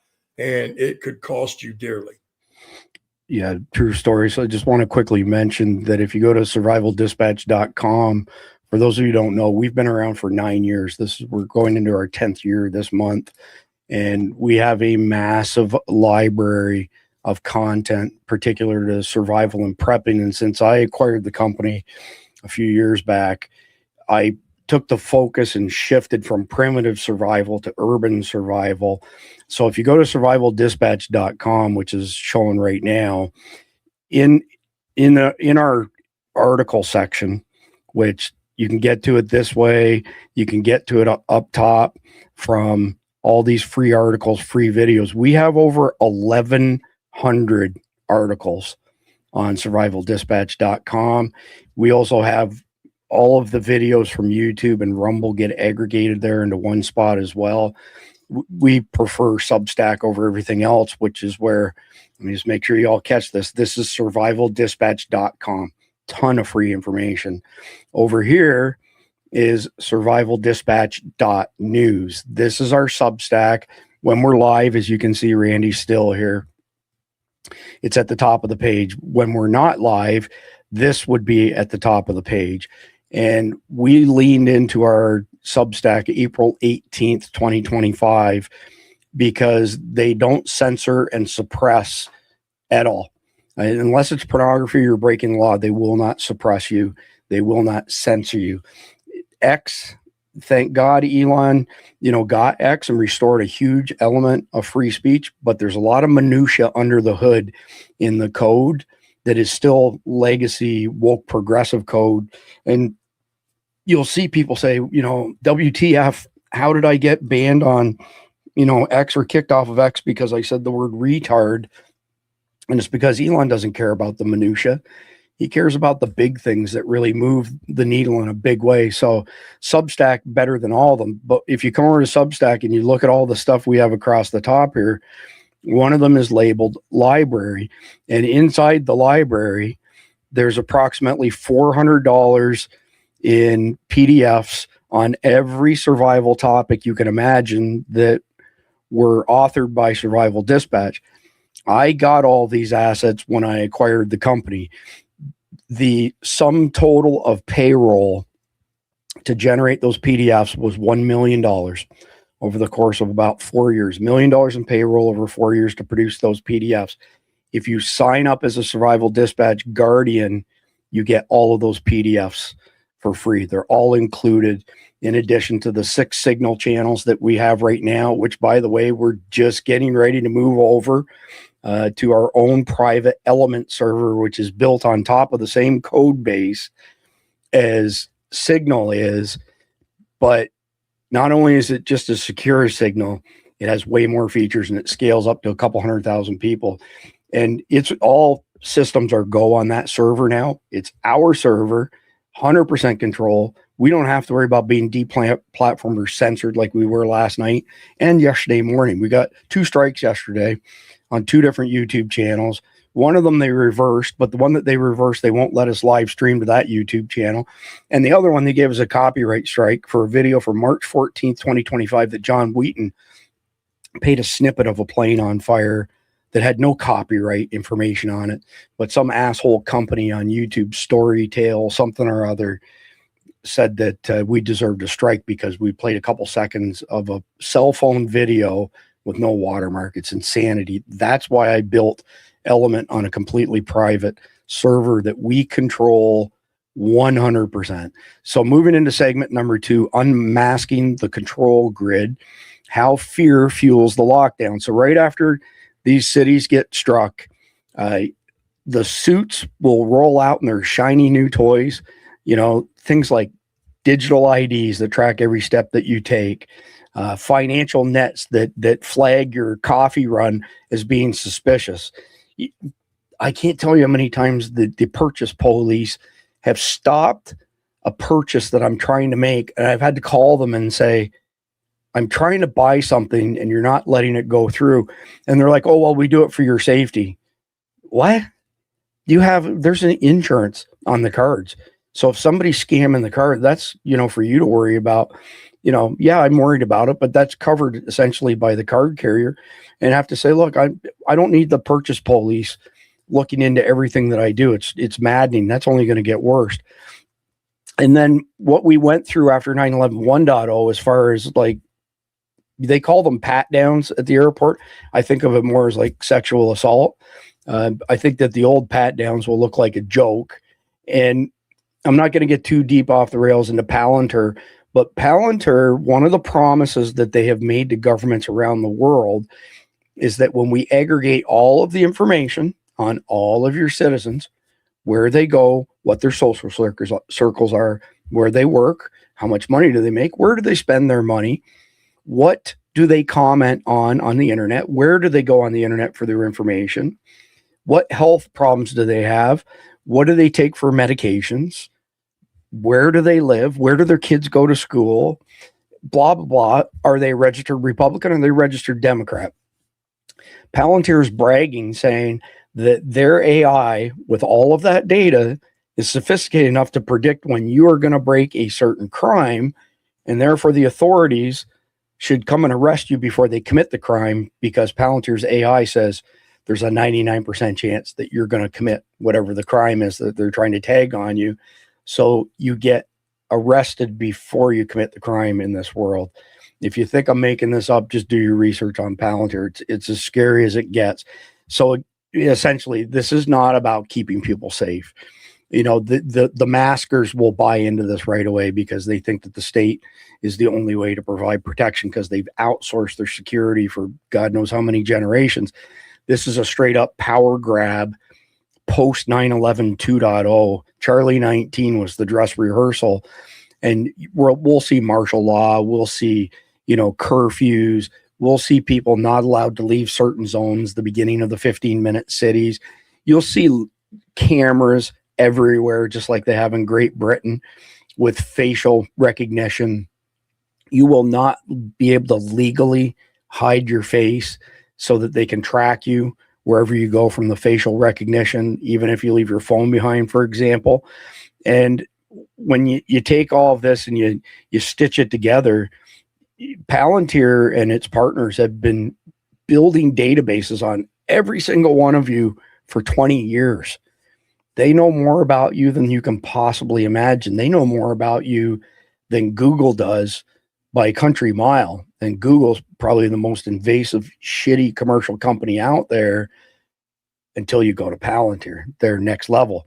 And when we look at what happened during Patriot Act 1.0, imagine Patriot Act 2.0, there will be no warrant needed to tap into any of your communications. There will be no warrants needed to go to the bank and ask where every penny went. Not $10,000, not $600, every transaction. And you won't even know that this investigation is underway to peg you for a crime you may potentially commit that you haven't yet committed. So with that being said, Randy, coming to you, I'm curious, how do you think, in your words, how do you think the government's going to sell this to the chicken littles amongst us, especially the maskers from Charlie 19? What's the pitch? What's the sales pitch? Well, it'll be like I mentioned on a previous show about the media, right? They're gonna fearmonger, because that is their easiest and best trick. It's their favorite trick. So they're going to paint it in some way, like you've already been mentioning, right? That things have just gotten so far out of hand. This is one guaranteed way that we know we can get ahead of it and stop it, and we can keep you safe.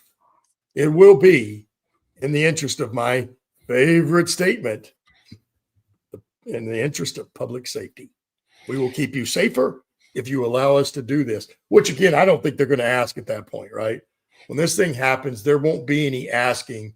There won't be any voting that we know about, like what happened after September 11th. I think they're just going to do it. Yeah, I think you're right, Randy. Let me get my screens teed up. Because people aren't going to fall for it anymore. I know there's a couple of questions I've seen or comments in the section, like somebody was asking earlier, how do you tell the difference between the truth? It's so hard today. Well, if the national media, if all those legacy media outlets are putting it out, it's absolutely a lie. It's absolute propaganda. There's nothing that they're telling the truth about, probably including the weather at this point. That is not Randy saying so. It's a fact. So, my point is on that, if the whole system, if Hollywood, the news, and famous people are saying this is wrong or that this is the truth, they're lying, because that's all we've seen. And that's, what we have to put up with. It is hard to discern the truth today, but the reality is, I go back to the same thing. If the whole system is attacking somebody, they're probably telling the truth. Why? Because no one cares if you actually question the truth. Because no matter how you pull it down, no matter how different ways, it comes out the truth every single time. And that will never change. That's forever. But when they have to beat people down because of things they're saying, it's because they don't want others to know. Yeah, Brandy, I'd say around the turn of the century, I used to say that best case scenario, legacy media, mainstream media, was infotainment, and worst case scenario, it was propagandatainment. It's all propagandatainment now. So I completely 100%. agree. Yeah, I completely agree with Randy on his assessment of Hollywood, and we don't have a news media. When we grew up in the early 80s, there was over 500 independent news organizations in America. You now have 6 media conglomerates that own 99% of the media out there.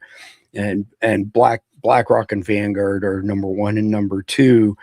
They completely control the narrative. Just go look at the videos of all the talking heads saying the exact same thing in unison. It's absolutely crazy to watch. So Randy brings up a good point when somebody says, well, what am I supposed to believe?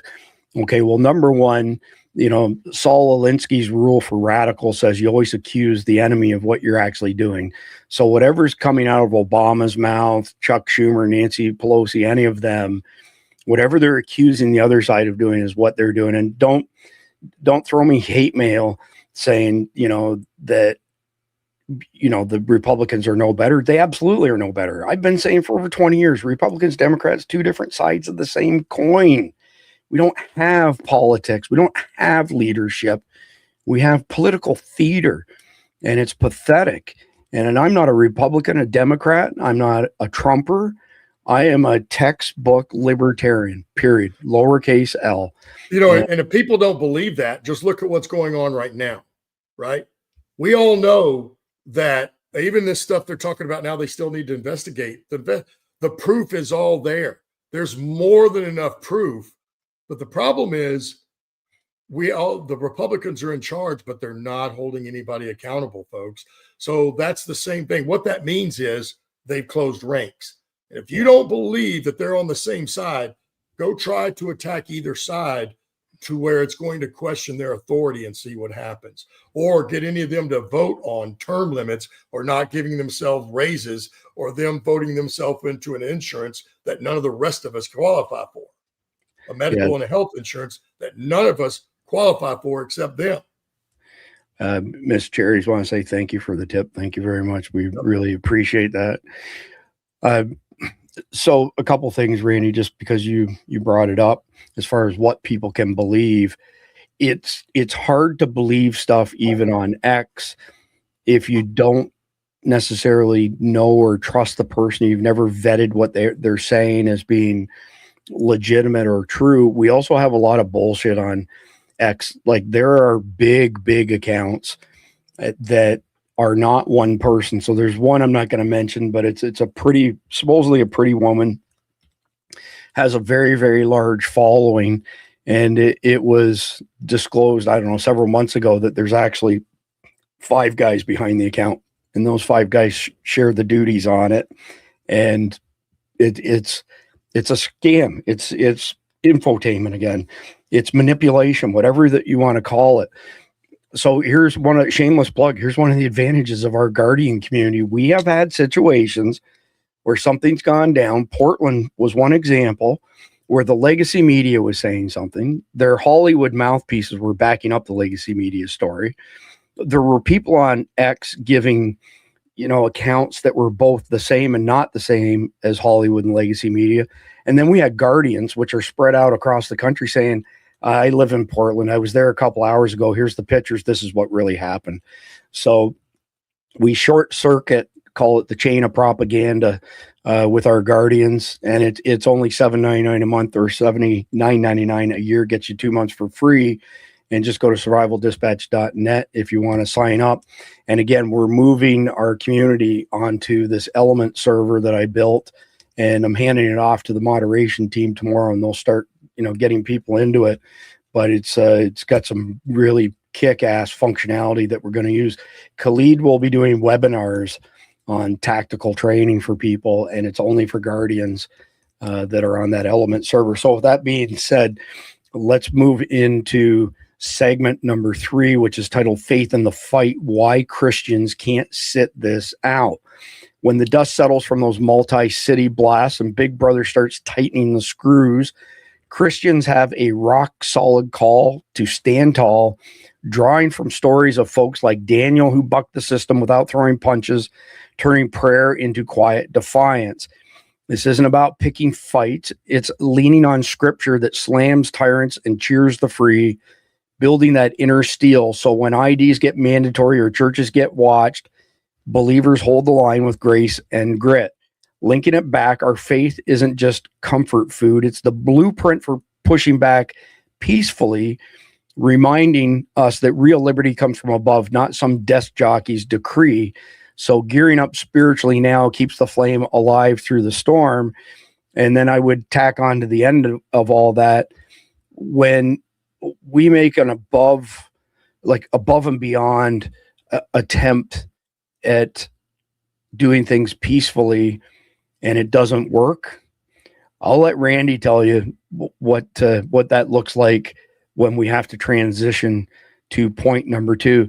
Randy, the guy who has nothing to lose, is a scary guy. What happens when people get pushed to the edge? And you've seen this firsthand in battlefield, in war. What happens? Well, I saw somebody in the comments, said, hey, well, Christians haven't stood up for anything in a long time. Well, the difference is going to be this time they're going to be attacked. We're not going to have a choice this time, because Christianity will be one of the targets. It's no secret that when they deal with Israel, Christians are next in America. That's a fact. And they're working on both right now. And the fact is, we'll just take when Baghdad fell, for an example. When the rule of law collapses, now, yes, we had a standing army there, but we were also under orders. And literally when Baghdad fell, they came and said, there's going to be some looting, just let it happen. And boy, they weren't wrong. And they weren't kidding either. Like for 3 days, the level of looting, as people have heard me describe on here before, you can only describe as biblical, because I describe it as Baghdad was like one big anthill when you've disturbed it mightily. Like every ant is out. The entire city was full of people. Every road was full of trucks, vans, even donkeys and carts, even people carrying stuff. And they literally stole everything. Now, the significance of that is nothing happened for those 3 days because everybody was so happy just stealing every single thing. Now, after 3 days, they told us, okay, now we're going to have to, we can't let this continue any farther. We got to stop it. So we started stopping them. And immediately they weren't happy, of course, but most people complied. But immediately that day is when the criminals that have power started making their moves. So literally in the following week after that, what we saw was the criminal element come out. And when I'm talking about people with power, these were guys that already had guns and already had people. And so then they had their own roadblocks around the city or they may just pull somebody, pull up. Somebody was driving a nice car. They may pull up and roam them off the road. But they did the same thing at their little checkpoints. What they really were doing was robbing and shaking people down. And so that's what you see come out next, because when there's an absence of law, some power is going to take over. And that's usually a criminal element. And then it's a criminal element that's already got some sort of structure and weapons because they're already ready and they have the manpower and the force to do it. And they come out and they take over let's take Portland, Oregon, for example. We've seen what's happened there, and the rule of law hasn't even completely collapsed yet. Close, but not completely. So, and we see what's going on there. It will be far worse than that. Well, I think, and you've mentioned this multiple times, but I think another, piece of the formula is that we're the most armed society in the world by a country mile. I mean, we own 50% of the privately owned firearms are owned by Americans. And I mean, the guy that you should fear the most is almost always the quietest guy. And he doesn't brag or anything like that. And roll with this, Randy. There are groups that are prepared for all of this to go off the rails that are just waiting for it to go off the rails. And we're in a different place than those other people are, Randy. Well, I will definitely guarantee, and of course, I don't know this for a fact. I don't have the proof, but I can guarantee you they have, because they have the resources. There's a lot of those billionaires, right? They don't just have their bunkers in the ground where they can go hide. I guarantee they've already got a network built out of folks that they're going to be able to rely on that's going to go out and take land. And it's going to be there just like the movie Mad Max. What happens when society collapses? Cities are going to be taken over by somebody.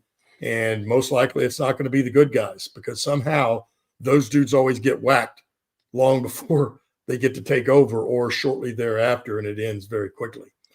And go ahead. Well, no, I was just going to say, Randy, I mean, we have a ton of guys like you that are GWAT vets. We've got all kinds of guys that may be retired military or law enforcement, but they're in their 40s and still in really good shape and are deadly. And when we see people being slaughtered, do you think the rest of us are just going to stand around with our thumb up our ass? Well, here's a theory I've developed, Chris, a little bit after all the talking we've done. You know what I mean? Because we know, and we make fun of it now on the daily, right? The middle-aged and white American male is the biggest existential threat to democracy as far as our federal agencies and our government. Even though Trump is now taking charge, they still believe this. And why? I touched on it before. It's because whether it was the Crusades or any other war, the average, certainly since America's been around, the middle-aged American white male is the one who took the fight to the enemy, closed with, and destroyed them, and built these societies.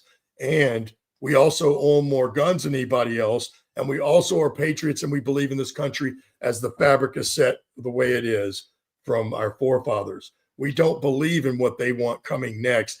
And if there's anybody that's going to help stand up and deal with this, when it does happen, it will be us.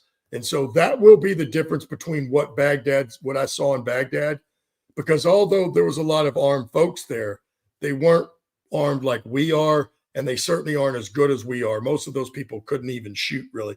They might have had an AK, but they weren't very efficient with it. So there is a difference. And, we have been fighters ever since. Those people are not fighters. They just aren't. Most of their society were not fighters. And here we have a ton of fighters. So I think that will be the difference in this 9/11 2.0. And if there's any chance that we have to overcome that and keep our country to the fabric that it is today, it will be us that saves it, that stands up. But I think it'll be us that they're coming for when that happens, because they know we're the only ones that can stop them. So ARs have always been my choice for rifles, right? Oh, I have a good question. Go ahead. Because I didn't get to see that one. And I know what my answer would have been on New Year's Eve for that conflicted question. What was Mike's answer of the weapons he would use when things went down? Oh, well, he was into battle rifles and stuff like that. The stuff that we already used, right? That's exactly what I said. Now, Yeah. I would not have a Beretta 9mm on my hip. I can guarantee your ass that. But most likely it would be my M4. Why? Because it's what I'm comfortable with. It's what I've used, and it's what we dealt with it before, and it worked perfectly. So, that being said, that's what everybody should be getting proficient with, because at the end of the day, you might actually have to get up and fight for something yourself. I had a fairly diverse gun collection at one point in time, Randy. And so obviously lots of ARs, but then I started buying things like Galils and AKs and so on and so forth. And I'll never forget the first AK that I bought. We went to this outdoor range and a friend was with me, Jaden, and he's like, "Oh, when did you get that AK?" I said, "It's my first one. I just got it last week." He says, "They're great for hitting everything around your target."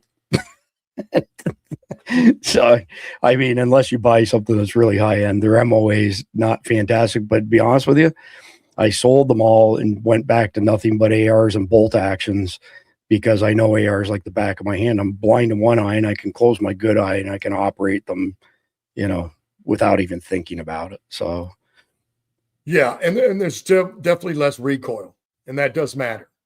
Like an AK is there's not a bad weapon. What makes it great is you almost can't stop the thing from firing. That is one of no matter how dirty it is, you could pick it up out of mud and this thing will still fire, but an M4 will not. So there is a difference there, but the reality is it's a lot easier to use than an AK. And that's a fact. And, in fact, like I said, now the guys we're talking about that are trained, that are here, you look at just like the videos you saw, they're walking through like professionals. They got their fingers in the right positions.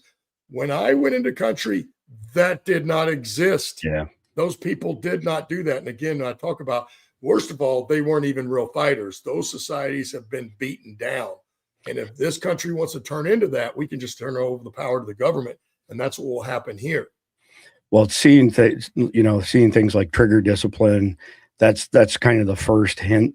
But the thing that gets me, Randy, is foot movement. That's you right. can tell who's big time. You can tell who's trained and who hasn't trained. I mean, as you know, I train with SBRs, on an almost daily basis, doing running and gunning and stuff like that. and getting your footwork cadence down to the point where you don't even have to think about it is gold if you want to hit anything while you're moving. The other part to it, our friend JJ Morris, I can't tell everybody his complete background because some of it is actually classified, but he said to me, he said, I have a tip for you to try. It works for about 50% of people. Give it a shot. Because I said to him, you know, when I look through the window of an optic and having a prosthetic eye on one side and only being able to see on the other side, I don't have anything left peripheral vision wise to keep my balance and, you know, moving towards a target, especially if it's a moving target and stuff. And he said, well, instead of concentrating on having absolutely dead nuts perfect form, he said, you want to have good form. He said, but do this. Every time the reticle is on top of that silhouette target, pull the trigger and keep pulling the trigger until the reticle's not on the target. And for whatever reason, it's something that resonated with me, Randy. So now when I'm shooting and I'm walking towards it, as soon as the reticle is where it needs to be, I'll pop off 3 shots. And then I'll run further, do another exercise, and same thing. And it worked really well for me, you know, each to their own. And the other part was the stuff you and I talked about that JJ made us do this drill a couple of years ago where we held the pistol, you know, a little bit lower than this, but I'm doing this to get it in frame. Yeah. And he said, okay, start walking towards the target. Don't touch the trigger. And he was going to pull the trigger. So he's beside you and you're walking towards the target like this. And he'd reach over and pull the trigger. Ding. Ding, ding. And you, as you know, I'll let you explain it. Starting from here does what for you, Randy? Well, that is when they teach you how to use a pistol, like really use a pistol. That is where you have the thing, right? It's right here. For one, everywhere you turn your chest, what you're looking, your pistol's already pointing there, right? It's already there. So you always, even when you draw it out of your holster, it's from here, the holster to here to straight out. So when you practice this technique, let me get away from my mic before I rip it out. But basically from this point, when you extend out, you practice enough that as soon as your elbows lock out or to wherever your full extension is, you're squeezing the trigger as you're pushing out. And when your bands hit that far point, you should already be, boom, putting a round in the middle of the target right then. And that is what we practice over and over and over and over hundreds of times. Yeah, great advice, Randy. So we'll move into segment 4 here, but you'll get a kick out of this if you hadn't seen this yet. There was a video maybe a day or two before Christmas. I saw it. And there's this guy running on a course where you've got essentially wood obstacles and places, you know, to put your rifle on and so on and so forth, right? So the guy, you know, he's at the first one, he takes a knee and there's a cutout in the wood and ding, ding, you know, he hits the steel and he gets up and he runs to the next one. He runs to the next one and it's a wall. And he was fairly tall, but probably the wall was probably like 6 feet or something, right? So he gets to the wall and there's no holes in it to shoot through. There's no steps on the side to shoot from. He takes the rifle and puts it over his head and over the plywood. And he starts going ding, ding, ding, ding, ding like that. And then the camera cuts. And here's this guy sitting beside the camera guy with a pot, with a pot and a spoon going. He didn't hit the dang target once. Oh, well, the funny thing is that's how they all used to shoot. It didn't matter if it was a car, anything they were hiding behind. There was never any aiming like this, right? It was all holding their AK out any direction and just letting it fly. And that's untrained, obviously. That's very untrained. That is. Get you killed. And that is not that's not a good technique to use at a wall. It's not. Clearly. But anyway, let's jump into segment number 4 here, Randy. So I titled this Tools of the Trade, Everyday Hacks to Dodge the Watcher. So start simple with apps that scramble your chats so nosy feds can't eavesdrop on family plans, then layer in old school bartering swaps at the farmer's market to keep cash kings out of the transaction trap. So I'll briefly state that the code base for Signal is the same code base for Element, and they're both open source. They both have a GitHub, which is a code repository. I've been a programmer for many years, systems and network engineer as well. And I can't tell you how many times I've gone through the GitHub for Signal over the years. I can tell you straight up, there's no back doors in it. And I can now also tell you there are no back doors in Element either. And every time you hear somebody say, oh, well, there was a Signal vulnerability. No, there's never been a Signal vulnerability. What there have been is people who've been socially engineered to give up their credentials. In other words, hey, you need to reset your password for Signal. Click here to do it. And they click through and they put their name, their email address, phone number, whatever the thing is to identify them. And then they put the real password in and they click it. And it's a spoofed website. And it says, okay, well, go ahead now and reset your password, which doesn't reset the password. And now the bad guy has your credentials. That has nothing to do with an application like Signal or Wire or, Element or any of those whatsoever. So the other ones, though, just because WhatsApp uses what's called TLS, transport layer security, it's not secure. Every freaking government in the world has a back door to it because they went to Meta and demanded it during Charlie 19. And they gave up all your information. They didn't give two shits about that. Just like X opened the floodgates to the Biden installation and gave them the ability to log in and see what's going on in your accounts, what's going on in your messages. You're literally down to Signal, Element, and Wire are the top choices. Wire is not open source, but I can tell you for a fact that there are multiple intelligence agencies that use it, and they use it for a very good reason because it's never been cracked. But Wire is very expensive. It's not something that your average Joe can afford to put, in your circle of people, but you can definitely use Signal. And if you're a survival dispatch guardian, then you get Element as well, which again is like Signal on steroids. So at the end of the day, you don't have to have spy movie gadgets. There's things that you can do. There's phone tweaks you can do. There's installations of Android for Android phones that are ultra secure. Android is Linux, and Linux is open source. Linux is a Unix clone, and it's way more secure and way more efficient than anything that Microsoft, for example, put out, which would be closed source proprietary software. Anyway, there's ways to reduce your digital footprint. And also you can always revert back to, the old way of doing things, right? You do dead drops. You drop a piece of information. It might be written. It might be otherwise, it might be a USB key somewhere very discreetly. Somebody else comes along and picks it up. That's why we call deaddropintel.org. That's why we call it dead drop. It's a thing. Look up the Mel Gibson movie from, I think it's 96 or 97 called Conspiracy, and him and Julia Roberts are in it, and he's like supposedly like a cuckoo conspiracy theorist, but everything he's worked on is real. Anyway, pulling all of this together, encrypted text, paying cash for stuff that you don't want tracked. Basically it'll take a good portion of what your habits, what your conversations, and what your purchases are, because on a digital side of that, they can compile all of that information really, really fast. Randy, would it surprise you to know that when I was working with a certain firearms company who shall remain unnamed, that we actually had customers, both e-commerce online as well as in brick and mortar stores, that had plenty of money in their bank account, and our team ran the card and it was declined. They got pissed off and they called their bank in front of our people and said, hey, I'm at such and such a store. I'm trying to buy this gun.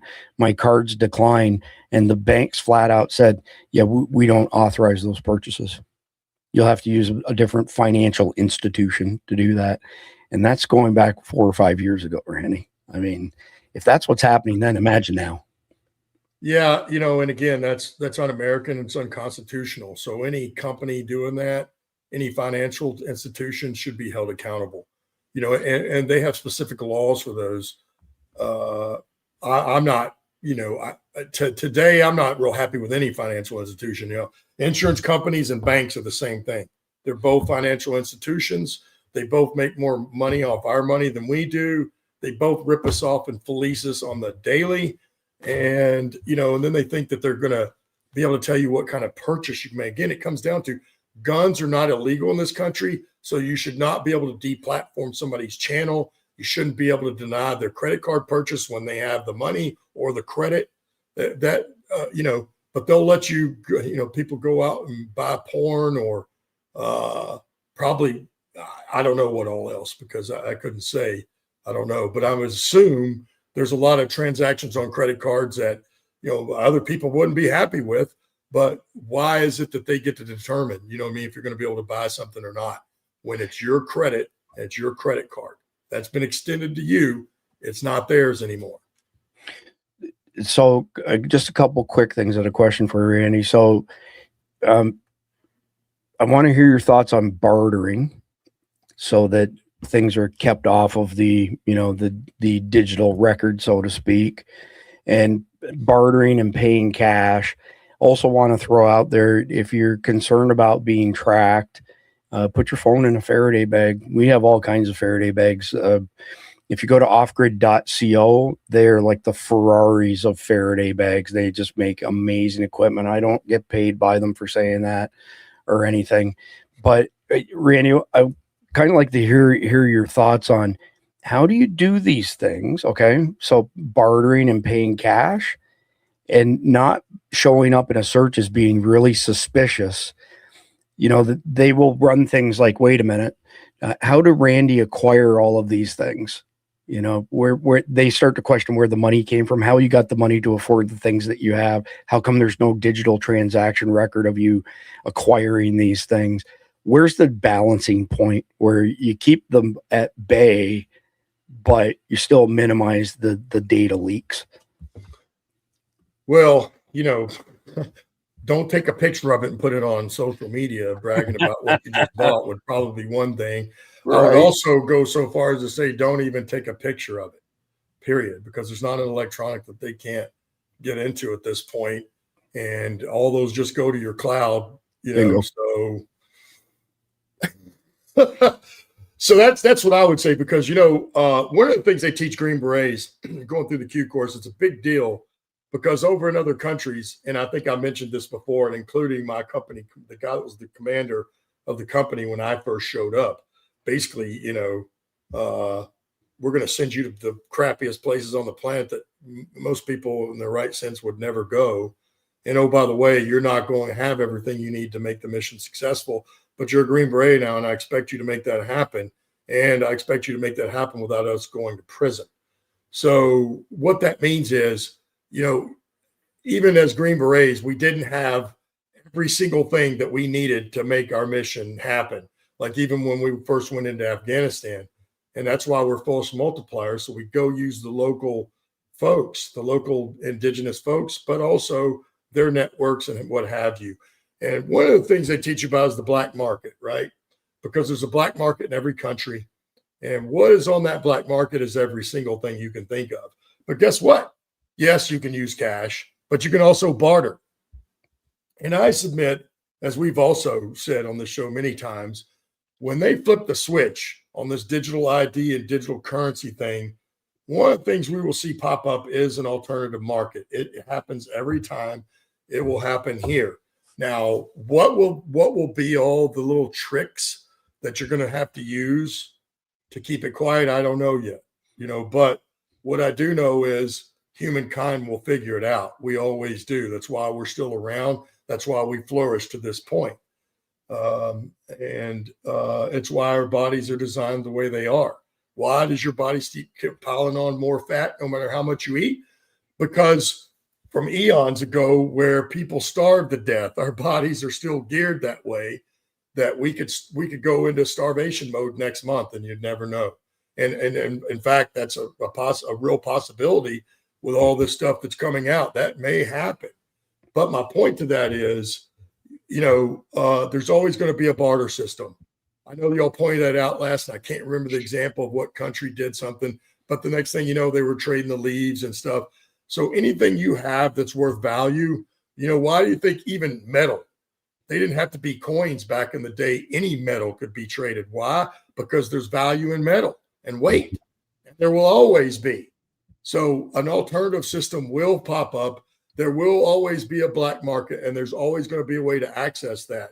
But again, in future times, you're going to have all the cameras. I mean, I don't know. We watched what was it, Terminator, right? One of those Terminators showed how things would be, and you saw us scurrying around like rats, right? That's what it's going to be like. You will have to figure out a way. One, you won't be having any of these. You won't have this old laptop right here, right? You have to get rid of all that stuff. So at some point, that's what we're going to have to do, get completely off everything digital. And then you're going to have to stay in the countryside because, again, all the cities already have cameras everywhere, right? Mm-hmm. So it will be a tricky, very tricky, delicate situation. And unfortunately, it's going to come down to trial and error. And people will end up dying before we figure out what all of those tricks are. I know, like on the conflicted question, your Faraday blanket you're talking about, or the space blanket, the little silver thing, right? That's the only way, because at some point, back in the day in the infantry, we would talk about how you could get out of a bad situation, pop a can of smoke, right? Or 2 or 3 or 4, and then all this smoke comes up and you can run the hell out of there without being seen. That's old times now. That doesn't exist anymore because of FLIR and because of, infrared and all these other types of now cameras that we have. You can pop a can of smoke all you want, but the government will have the ability to see right through the smoke, whereas in previous times that would have been a perfect cover for you to get out of there. That won't exist anymore. So there will be ways that you're going to have to not only get off the grid, but to be able to hide your own body temperature and stuff like that. So it's going to be quite tricky, in fact. A couple of things just quickly. You can buy fabric dye that's called RIT, R-I-T, RIT dye, and it will absorb infrared instead of reflecting it.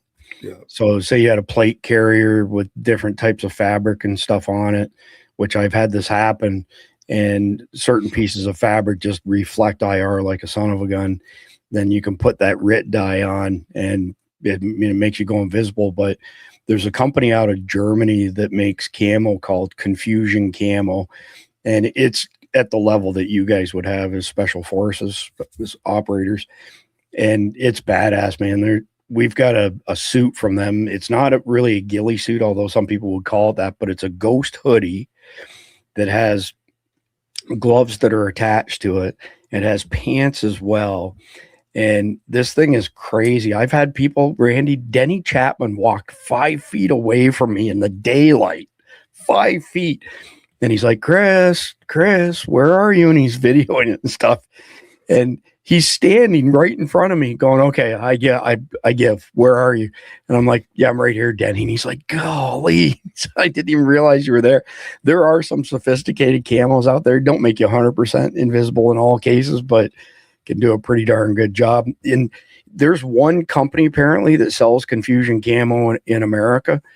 And every time I go check them out, they say that they're out of stock. The guys in Germany sent me that stuff a few years ago. It's badass, man. It's awesome. Well, that's what it's going to require, because we have far better stuff today than when I was in. I mean, when I was in, you did have FLIR, and then you also had infrared and that kind of thing, but when you were looking through FLIR for body heat signatures, right? Like the FLIR they had on the Bradleys in 2003 and 4 when I was there, 2002 and 3, and the first part of 2004 when I was there, man, you could see a rat in the field at 2,500 meters with that thing. Now, it was still just the shape, right? Yeah. Now, today, they have both of them mixed. Yep. What they're wearing on individual soldiers, and they have the outline. I mean, it's far more sophisticated today. So believe you me, you will have to find a way to mitigate every bit of that to stay alive. Would it surprise you to know that we left a shit ton of that kind of night vision behind? No, I saw that they left the level 4, the brand new stuff. So if they're doing that, I will say they're also going to probably have body armor on. So one of the things I want to hit even more is what we discussed the other night. Folks, if you find yourself in the middle of one of these attacks and you're looking at dudes with body armor on and you got a gun, there's no way out for you, shoot them in the hip first. Don't bother trying to shoot anywhere else first. Hip them, because I don't care who you are. I don't care how strong you are. And I don't care what drugs you have on board. You pop somebody in the hip or both hips, even one hip, you hit that with a bullet, it's gone. They're going to fall. There's nothing they can do about it. And they're a whole lot easier to kill on the ground. Don't think that they won't be able to shoot anymore. That won't necessarily be true.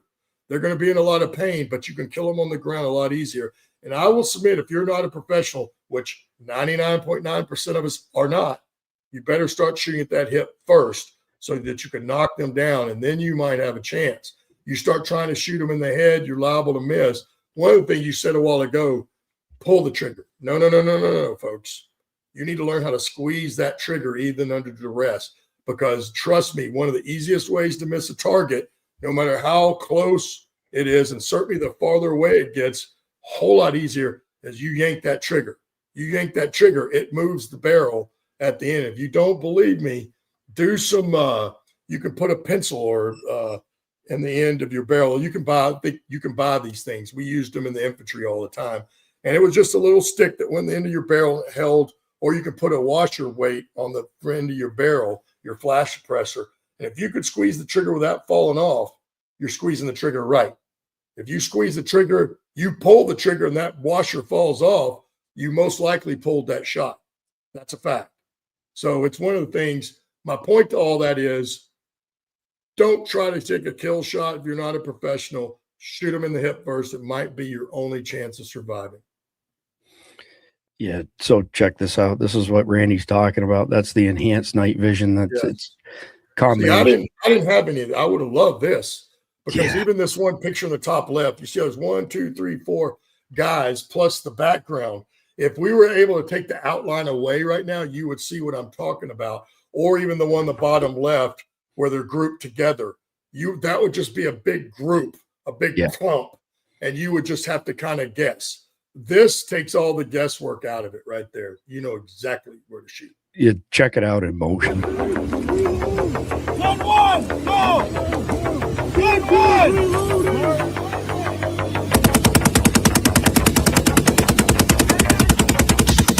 Now, also, that laser you just watched, you can't see without those devices on. That laser they're watching there.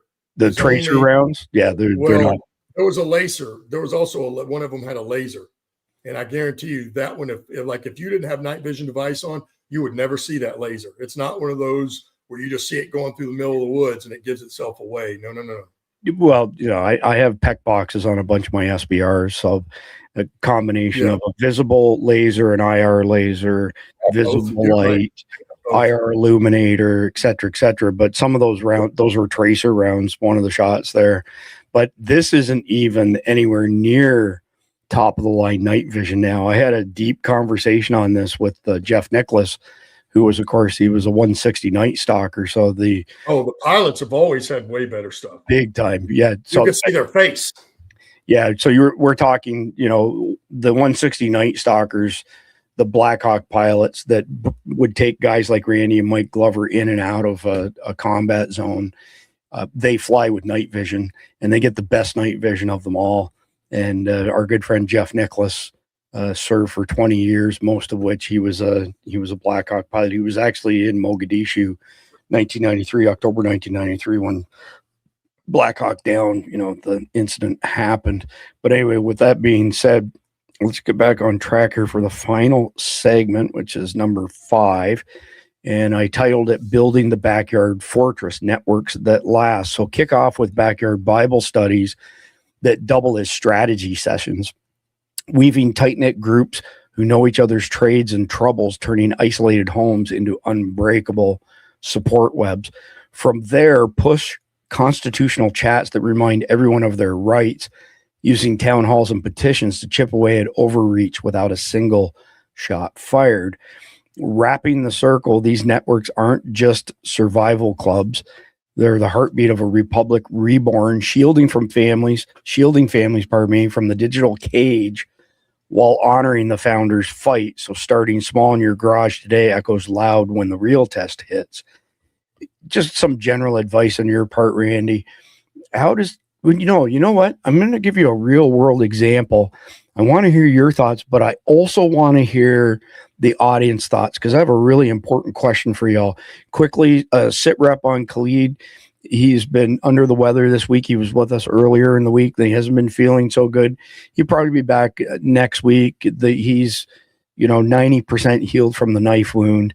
But I got a question, and I'm not joking. I want to hear everybody weigh in on this.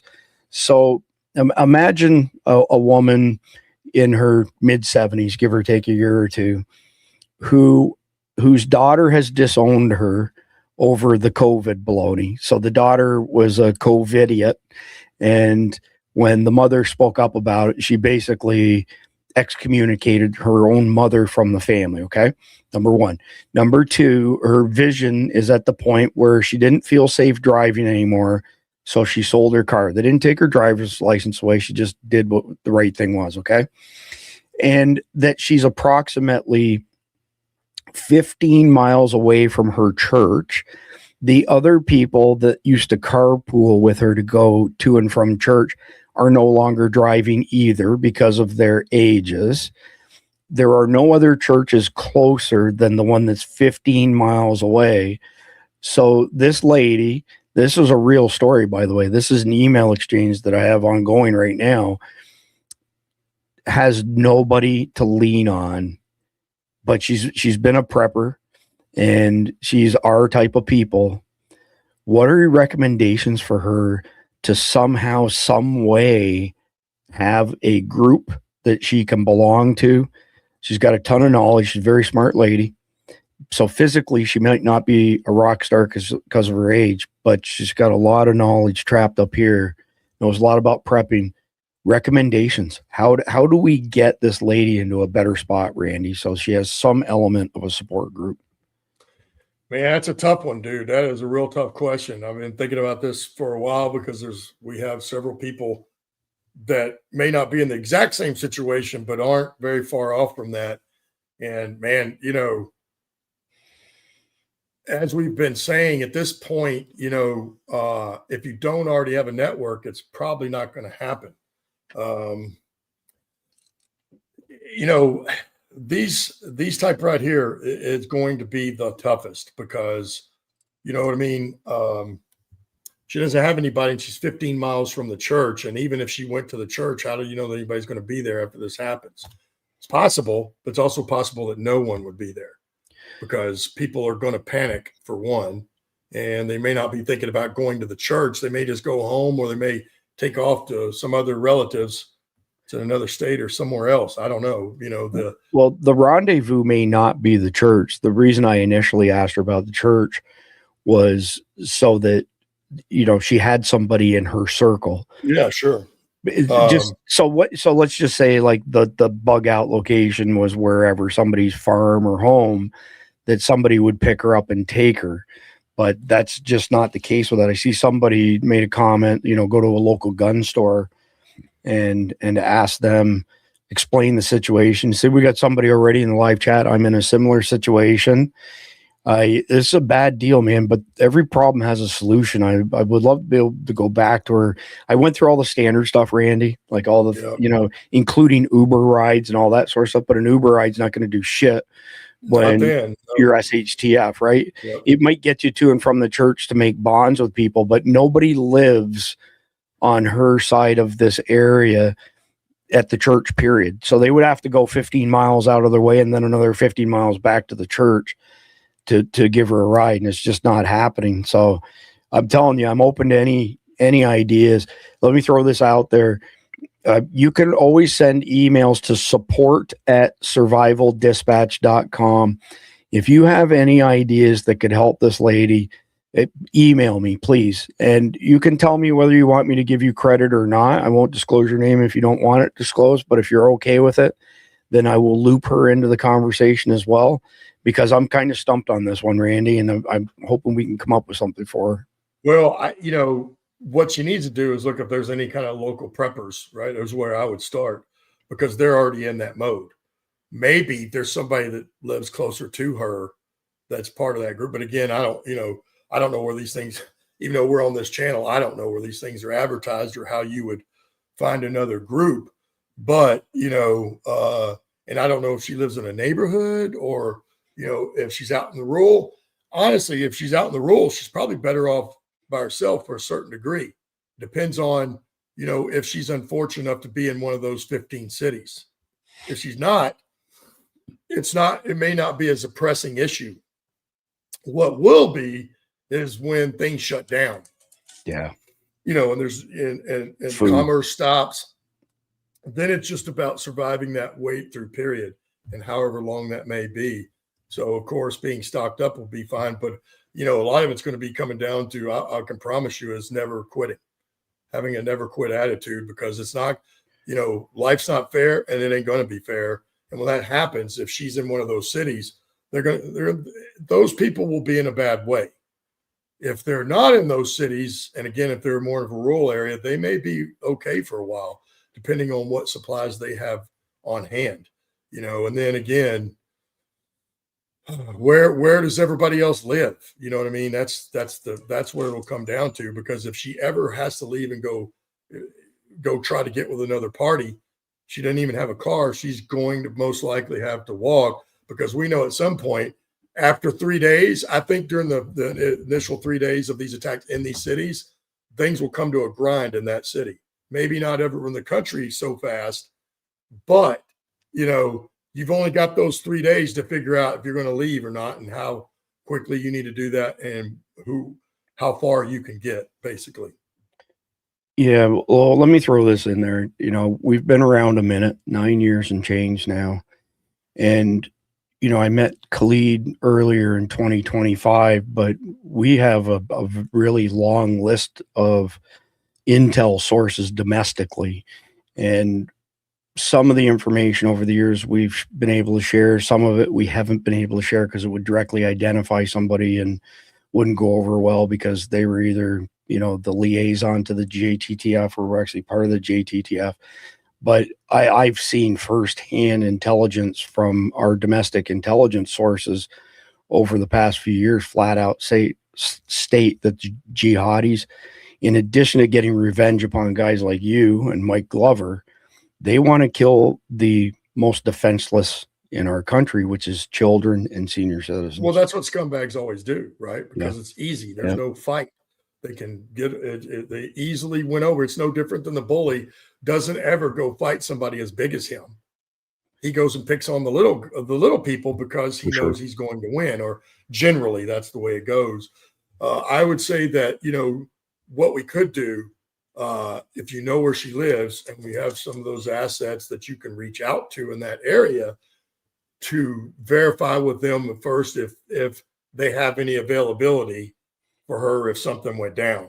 That way you would know ahead of time, and then maybe you could introduce them electronically, if nothing else, and maybe that would help her situation.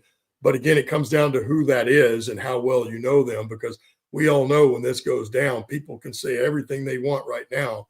When it goes down, they may do two different things.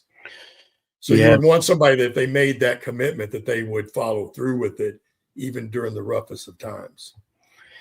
So one of the things that I was already had on my list that I was going to, email to her tomorrow is worst case scenario. If she needs to hunker down and, bug in, that, like you just said, the bad guys always choose the weakest target. That doesn't just apply to individuals, that applies to homes. And we've done a lot of content on that subject over the years at Survival Dispatch, as far as target hardening is concerned, right? So if your property is well lit up, there's no landscaping in the, especially in the front, that's easy to hide behind. You've got signs, beware of dog. I know that's a double-edged sword from a legal perspective, but you got signs, beware of that. You got stickers on your doors saying, nothing in this house is worth your life. Homeowners heavily armed, all these sort of things. If you can make your place look like a harder target, I hate to say it, than your neighbors, they're going to go hit your neighbors. They're going to go after the lowest hanging fruit. the easiest ways, right? So if you can hunker down without anybody realizing that you're even there, I mean, I'll tell you who it is after we get off, Randy, but we have a mutual friend who has an SOP that inside of 45 minutes, if you look at his house on the outside, it looks like it's a burned out house and that there's nobody there that he can turn his home into. Yeah, that's what I was going to say. One of the things you could do is make it look very poor and run down and unkept. Yeah. And the person who does that is very well known. I just don't want to put it out there. Yeah, sure. I wouldn't either. I don't want to divulge who it is and what they've got up their sleeve, but it's pretty brilliant. Let me just go back quickly, check the comments here. Yeah, so somebody said like a channel dedicated for these issues would really help. So we started a series on helping disabled and senior citizens a few years ago, and it just got zero traction. And I'm not sure why that was, but regardless, again, support@survivaldispatch.com. I want to hear your ideas on how we can get this lady squared away. Plus, I'm seeing a lot of people, Randy, in the live chat. Some of them are in a similar situation that are senior citizens, but some of them are in the same situation and they're not even 30 years old. And they're by themselves. I mean, that's a scary situation to be in. You know as well as anybody, there's strength in numbers, right? So we have a network here. There's got to be a way we can leverage that for some of these folks. 100%. Some of these other folks have to be in the same state, maybe even the same city, and not everybody, obviously, but I guarantee you there has to be one or two. I'd bet money on it. So she didn't say this, but I'm kind of reading between the lines. I think that she's probably on a fixed income. So one of the other things I was thinking about, Randy, is maybe doing what's the good one that's Christian? Is it Give, Send, Go? One of them's good guys, one of them's bad guys. I've forgotten which is which, but maybe doing some sort of crowdfunding that could at least cover Ubers for her back and forth to church so that she could make friends with everybody there. Yeah. And then maybe those people, when they knew her situation, would be, willing to come and get her if and when the shit hits the fan. But I don't know. I'm just throwing stuff out there. I'm open to advice, ideas. I'd love to hear everybody's thoughts. Let's I was going to say, let's call her Jane Doe, but I don't want to do that because Jane Doe is one of our intelligence sources who has had way more death threats than I have, who is completely off the radar right now. We've got a means to send messages to and from her. So I don't want to use Jane Doe because it might confuse the issue. Let's just call it American Jane Doe. We'll do that, American Jane Doe, because the other Jane Doe is from elsewhere in the world. American Jane Doe or Janet Doe. There we go. Got it. 1DS1 came up with that. That's even easier. Janet Doe. So let's roll with that. Let's keep the juices flowing. You come up with ideas, just put Janet Doe in the subject line, your ideas, support@survivaldispatch.com. When I'm on Sunday evening with my, personal funny haha podcast, the Sea Heaven Show, and Monday when we come back, ideas on Janet Doe. You know what? I'm going to put that into the brief next week, Randy, every day, and see what we can't do to try and help get her squared away on that. So with that being said, let's wrap up on the fifth segment here, and I've got to get my head wrapped back around it again because I didn't get really to the question stuff other than Janet Doe. Here's a question for you, Randy. For people who have the exact opposite situation to Janet Doe, who can build a strong neighborhood group, MAG, mutual assistance group, neighborhood watch, whatever the case may be, give me some suggestions on how they can harden at the neighborhood level. And I'm just going to throw one thing out there. What do you call it, Randy, when you've got those cement barriers and you have to zigzag to drive through them? Well, it's just like in the mountains. It's called a switchback. Switchback. There you go. So besides doing that, like I've got people in different communities. That's exactly what they do when the shit hits the fan to make it hard to get in and out of their neighborhood. Once you're past that entrance, Randy, what are your thoughts on how people can lock their community down, their neighborhood. Well, you're right about that. And again, if you're in a neighborhood that has 10 entrances, you're probably going to want to barricade up most of those.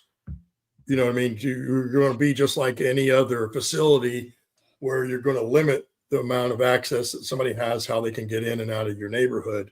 That would help greatly. And then, it's kind of how many people in that neighborhood, how many neighbors you have that are actually participating in this.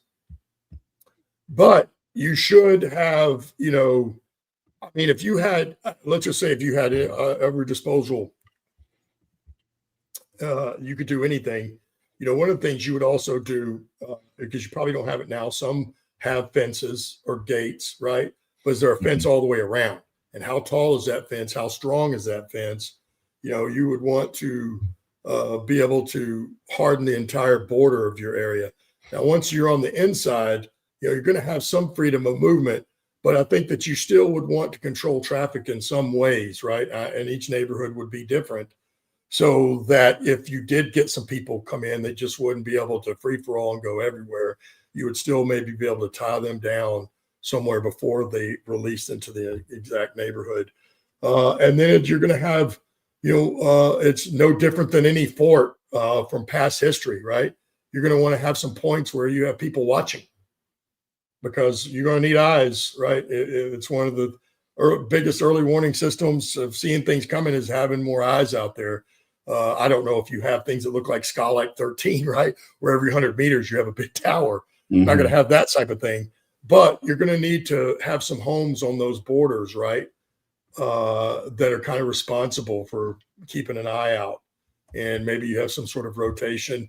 And again, then those people, along with their neighbors, you would make them responsible for whatever that outside exterior wall would be. That's how you could do it as a community, right? Where not anybody's going to be able to just come in and pay for the whole fence. And it may not even be a fence. Who knows what you're going to construct at this point. But that would be some of the things that you could harden the exterior. On the inside, really, then again, it comes down to how many people you have participating, where are they located, and then what kind of stuff, if you had to, could you bring together, right? If you needed to. But to me, if they get into your neighborhood, you're already screwed. It's keeping them out of the neighborhood completely that's going to really matter. And that switchbacks aren't the only thing, right? There's plenty of things you can do. But again, limiting how many entrances you have in and out of that neighborhood is going to be a big deal, because you've got to watch certainly after things go kick off, you're going to have to watch those 24 hours a day, 7 days a week, seeing if anything's coming. But again, on the barrier also. But for the interior folks, you're going to have to build up a system of a kind of a rotation of who volunteers to help, who gives up this or that to help build the security of the neighborhood. And that could be a lot of different things, right? And again, it's going to come down to wherever you are, what your neighborhood looks like, and then how many people live in your neighborhood to how you parcel that out. And again, if people have left, what are you going to do with those homes that are vacant? Yeah, all good advice there, Randy, for sure. So we'll wrap up the main topic basically by saying that, this jihadi terrorism has returned to American soil. I mean, it did a year ago yesterday in New Orleans, and it's only fixing to get worse. But in the long run, the threat of a surveillance state, is just as bad as the terrorist attacks, which again will continue on well past 9/11 2.0. So as far as things you can do right now, get your encrypted communications in order. You can go to survivaldispatch.com, survivaldispatch.net. We've got all kinds of comms content. Dr. Mike and I have the mother of all comms videos coming up. We're going to release a slide deck that has packages, so that when you click on each of the links, we don't sell hardware. You click on each of the links, you'll be able to put together systems that are compatible, and you're not going to have to mess around. You're not going to have to worry about shit. I need this adapter to connect that coax cable, to this BNC connector, so on and so forth. And Beyond that, sock some cash away, although I have some concerns that the dollar may be worth nothing at some point in the future. So you can do what, a lot of people do, gold coins, silver coins. You can do bars as well, but typically the coins are worth more on a per weight basis. They're also better for bartering, especially for smaller stuff. Speaking of bartering, if you don't smoke and you don't drink like me, stack up on alcohol and cigarettes. No matter how shitty things get, the people who enjoy those vices will probably give you the shirt off their back to trade and get those things from you. Look into, getting people together. Here's a great spot, to be quite honest with you. We've got this huge flea market here, Randy. Now, it's not as big as the one in Grand Prairie. What's that one called again? Oh gosh, largest one in Texas, right? It's been I haven't been there in probably 20 years, but I guarantee it's probably still there. It is still there. It's been there since Christ was a cowboy. Golly, I can't believe I'm Traders Village. Traders Village, that's it. Yeah, that's it. Just on the east side of 360, not too far off 360 east into Grand Prairie. But anyway, barter networks. That there's quite a few people at the flea markets that will haggle and trade. I love going to flea markets. I just like going to them. Parents used to take them as kids. That is where you can still barter for sure. Hell yeah, you can. You can't go into a restaurant. You can't go into a local merchant like Walmart and barter with them. But at Trader Joe's or any flea market or farmer's market, you can still barter. Yeah, 100%. I would say this, not being funny, but when you're networking with all these people, make sure that these are real Americans, TM Randy Nance, and, not those other assholes. I would also say that having copies of all your important documents in dead tree format, paper format. If you're a guardian and you haven't downloaded our collection of Survival Dispatch Insider e-magazines, go grab them from survivaldispatch.net, put them on a couple of USB keys and store them away. And, if we're going to get into a whole prepping conversation, you have to have ways to generate electricity so you can power the devices, blah, blah, blah. But we, believe it or not, Randy, we have a couple of guardians who printed off all 37 issues of Survival Dispatch Insider. I mean, how many pages is that? the main guide is called the Essentials Guide for Survival Dispatch Insider. It's 228 pages. And so what you're telling me is they went through several reams of paper and probably 2 or 3 toners of ink, right? I think they went through 2 or 3 printers. Probably. the smallest episode issues 75 pages. Most of them average around 125, but again, the Essentials Guide, that's free too. We used to sell those for $10 a piece. When you're Survival Dispatch Insider, like if you can afford $7.99 a month or $79.99 a year, download all of them, put them on USB keys. If you had nothing else, you had no internet access, you had no dead tree format books, and you had those 37 PDFs, which, like off the top of my head, Randy, it's well over 3,000 pages of content, and it covers every survival topic you can possibly imagine, including bartering. So. Beyond that, I don't have anything else left. Unless you want to add it as far as the main topic's concerned, and then we're ready to get into the best part of the night. No, but I see here Justin saying, well, it's not smart to sell alcohol and cigarettes because you can't do it. Well, trust me, we're not talking about during a law-abiding society, pal. No. This is when things go awry and you have to kick up bartering, and then even bartering will be illegal. So take that with a grain of salt. This is not a new concept in the prepper community. Yeah. If you stock up people's vices, you will have massive bartering trading power, period. That is a fact. When we left Kuwait, and believe me, we had a shitty PX that was just a 18-wheeler trailer that half the time was empty, but at least we had one, right? And they did put stuff in it. Within 3 weeks of us leaving, and I'm talking about really 2 weeks, certainly before they declared it was victory, right? 2 weeks into it, nobody had cigarettes. I mean, there wasn't any alcohol because you weren't supposed to have any, period. But there were no cigarettes.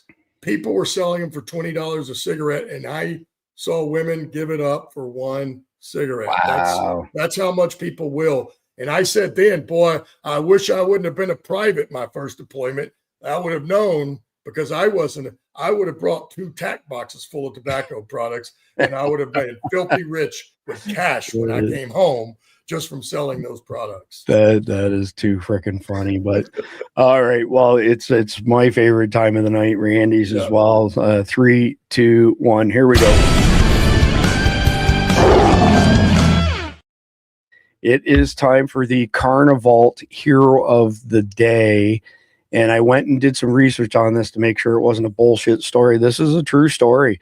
Really? So, woman breaks into shelter to save dog after ex surrenders it to be euthanized. I hope that guy goes straight to hell, to be honest with you. But kudos to this young lady. I mean, our fur babies are like family. And, I can't imagine doing something so disgusting. Yeah, people do it though. When I deployed on the deployment, I got injured. The last one, one of our Bravos, the senior Bravo, literally his wife waited till we left to file the divorce paperwork. We barely hit the country. We ain't been there 3 days, and he already got notified that she's divorcing him. The man had 2 Doberman pinchers that she took to the vet and euthanized before he ever got word, man. And I got chill bumps thinking about now. We were all pissed off. Like, what? There's nothing worse than a scumbag who mistreats animals. Right? And pretty much all the most evil people out there, like serial killers, like Dahmer and the rest of them, they all started with torturing animals. I went to school with a guy, Randy, Ricky Generu was his name. He was twisted. Like, I mean, just twisted. And I want to say we were maybe 8th grade or something like that. He got caught pouring gasoline on cats and setting them on fire. So he ended up in juvie, right? And I never saw him again. And I want to say by the time maybe we were like 20 years old, he was in the newspaper that he beat up an elderly woman and raped her. Oh my gosh. It gets worse, man. And so he served whatever amount of time, slap on the wrist like usual, stupid system. He got out. He did the same thing again, second time. And there's another guy that I knew actually murdered somebody who was a good friend of mine. We were all at the same age. He started with torturing animals. He got in a fight with this really wealthy girl in middle school, Randy, and her father was like an executive at Procter and Gamble. And for whatever reason, he was just a total dick to her.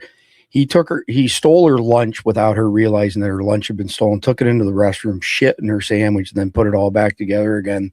And she didn't eat it, but she opened it. And that guy is, what do you call it? Like, I think it's a dangerous offender or something when they put somebody away. Like, there's forever and ever. Like, they're not. Well, it's a good thing it wasn't one of my family members, because I would have just went and killed the guy, and I'd be the one sitting in prison. Well, that particular guy, Randy, he came into a bar that a good friend of mine's father owned, and we started as barbacks at 15. We were big guys, we were on the football team, lifted weights, blah, blah, blah. A couple years after that, we ended up being doormen, and it was fun because you get to meet a lot of girls and stuff. Oh, yeah. And this guy gets out of jail, the guy I'm talking about right now, who's shit in the sandwich, gets out of jail, and he's looking for his girlfriend. Well, his girlfriend had been at this bar. We had a live band like normal on a weekend night, and she was with a new guy named Brad Stewart. And a bunch of them, when they left the Doctor's Hotel, which was the name of the bar, and they all ended up back at somebody's apartment. It was 3 stories high. This Rick Demarest guy found out that Brad was with his girlfriend, and he thought it was still his girlfriend, even though he'd been in prison for however long. And he found the party, and he walked in, and Brad had hair down to his waist. He was like your typical metal guy in the 1980s. He grabbed Brad by the hair. He threw him off the balcony, 3rd-story balcony. Died upon impact, landed on his head, snapped his neck, killed him, DRT. Walked down, grabbed him by his hair, drug him across the road to where there's a really large river, stripped them down, sodomized the dead body, and then threw them in the river. And that guy will never see the light of day ever again. But it all started with animals. It almost always starts with animals, with these scumbags. So anyway, getting back to the topic at hand here, after the collapse of modern society, the federal government used several different types of aircraft support to ensure they stayed in power. Some of them were attack helicopters and surveillance drones. If your government decided you were a target, how would you evade helicopters and drones if they come flying near your area looking for you? I'm just going to flat out say that if they're ISR drones, you won't even know they're in the air. They're so freaking high. And if you're moving, you're not, it doesn't matter what you're wearing. If you're moving, you cannot hide from the eye in the sky. Well, I will say it will look like the Terminator, whichever one that was. You know what I mean? We will be scurrying along like cockroaches to survive, because that's what you will have to do in low-lying dark areas where you can't be seen, and you will be hiding. You know, we'll go back to where we were, like some of these caves that we found all around the world, right? Because at some point, including in Europe, where the Horde cruised across, right? People went underground to escape all that. And that may be where we end up again, is underground and in caves, so that you can't be caught with this surveillance stuff. Because you're right, you're moving, you're done. If you don't have some cloaking device on when you're moving, you will be done. Yeah, and I mean, I won't open. We've gone long tonight, but I'm also thinking, you know, the underground stuff is you know, kind of that fifth element of modern day war, right? So, I mean, there's been lots of wars waged underground. More so. Well, I know, and I know China both. And China has dug, and we have thousands of miles of tunnels, because they know whatever's coming next, whoever survives underground is going to be the winner. Yep. So I just put a couple links in the live chat. So carnival.com. If you love your fur babies, I'm telling you, get them the Mighty Meat dog treats. I have our female pit is beside me here. She's an absolute sweetheart. She was a rescue. She was a bait dog. When we got her, she was 4 years old. She was just a mess. And now she's one of my all-time favorite dogs. But the second I open this, she could be at the other end of the house. She knows. Yep. Oh man, she's here in a blink of an eye. This stuff is amazing. Again, if you didn't catch the beginning of tonight's episode, Carnival let us know today that their wholesale prices are taking a 15% jump immediately. They do have some stock. They're not going to raise their prices until they run out of stock, which will be sometime between now and the middle of the month. So if you want to get 25-year shelf life, 100% American beef, chicken or pork, no mRNA, no antibiotics, no histamines, go to Carnival now and stock up on what you can. Use the code EATMEAT. You'll get 10% off for that. Don't forget about your fur babies while you're there. And the only thing that code doesn't work on, by the way, is the subscriptions, because they're already cut to the bone. And speaking of beef, our friends at Wasatch Wagyu, that's the second link I put out there. These guys gave us a 1-week code, SD25, 25% off the best, most supple, bestest freaking jerky in the entire world. This stuff is insane. I make sandwiches out of it because my wife challenged me. She said, that's not a snack. She's like, that's not a meal, it's a snack. And I'm like, I beg to differ. I made a mustard sandwich with this, and it was freaking awesome. And she's like, oh my God. So then she says, well, you know what they'd actually be good on is you cut them up and put them on a charcuterie board. So I'm talking to Greg from Wasatch Wagyu. He's like, yeah, when we go to the farmer's market every Saturday, I put out a charcuterie board with it all cut up on there. Like, not exactly thinking ahead. This is by far the best jerky in the world. These are two of my most favorite companies, bar none. We do not get affiliate income from them. We've got some pretty serious monthly expenses.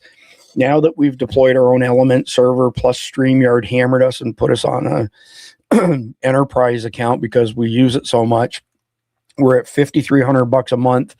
just in recurring software subscriptions, another $4,000 a month for ClearStar background checks. So we take people's phone numbers and we plug them into it before we let them into our guardian community. It's not infallible, but believe it or not, it has flagged a couple people as being sex offenders that I stopped dead in the tracks from adding them to our group. So what these guys do is they are both very generous. They give us a stipend to help us defer a chunk of those expenses. But when you support them and they know that it comes from here, that keeps them engaged to continue helping Survival Dispatch, so we can bring you all the information that we do, bring you the most private, secure community, bar none. I'm telling you, I'm meeting with the moderation team in the morning on our new Element server. All systems are go. They're going to do their thing to document the SOP for everybody. We're going to roll in the people who are on the test server starting next week, and then we're going to start rolling in everybody who's on Signal. We'll be in a soft launch probably for a month or so, and then we'll go hard launch for everybody. But it's a massive step up in community for us because big tech can't touch us. It's our server. It's open source software on our server, on our connection to the internet. And if they shut down the ISP that the server's connected to, I get daily backup images sent off premises that I can take and I can dump on another server and have us back up and running in a matter of hours. And it's not like Parler where we have all these servers distributed and it's public. This is not public. This is strictly for Guardians. Nobody gets in but Guardians. And that way you can't be censored by big tech or big brother. You can't be suppressed. You can't be shadow banned. And most importantly, we can't be deplatformed. So anyway, I think that's about it. I'll be back Sunday evening with my See Heaven show. It's the same time as usual, 7 p.m. Eastern. It's a bunch of zany, funny news. Start your week with a smile on your face because Randy and Jeff and I and the rest of our guys, we talk about some pretty heavy topics through the week. So I like to kick things off with a smile. But other than that, I appreciate all of our gardens, appreciate our sponsors, appreciate all of my guys like Randy who just bring a wealth of information to the table. It's irreplaceable. Randy and I have been friends for many years, and it's awesome that we get to work together like this. We'll all be back on Monday night, next episode in the Long War series, Red State versus Blue State economies. But do me a favor between now and then, please like, share, comment, subscribe. God bless America. God bless America. And thank you, Pastor Kessel, for closing us out tonight. To all the Guardians and the SDN family, Happy New Year, and let us pray. Heavenly Father, thank you again for the opportunity, Lord, to be before you and to remember that you are the giver of all good and perfect things. We thank you for another year that has passed, and Lord, for some it was difficult, it was hard. For some it was a wonderful year. But even so, Lord, we just pray that you would continue to bless as only you can this country, as you have for the last 250 years. God, I just pray that as we head into a new year, Lord, may we remember to be prepared for whatever may come, spiritually, physically, emotionally, mentally. And Lord, I just pray that you would keep those safe that are desiring to help us. I think of those that are heads in the SDN network. And Lord, again, we thank you so much for their work. I do pray, Lord, that you would give them the supernatural hedging about. And Lord, again, thank you for allowing us to raise our petitions to you, for you are such a good God. I do pray that you would get the glory, the honor, the praise, and worship, not only today, but throughout the year. We ask it in Jesus' name. Amen.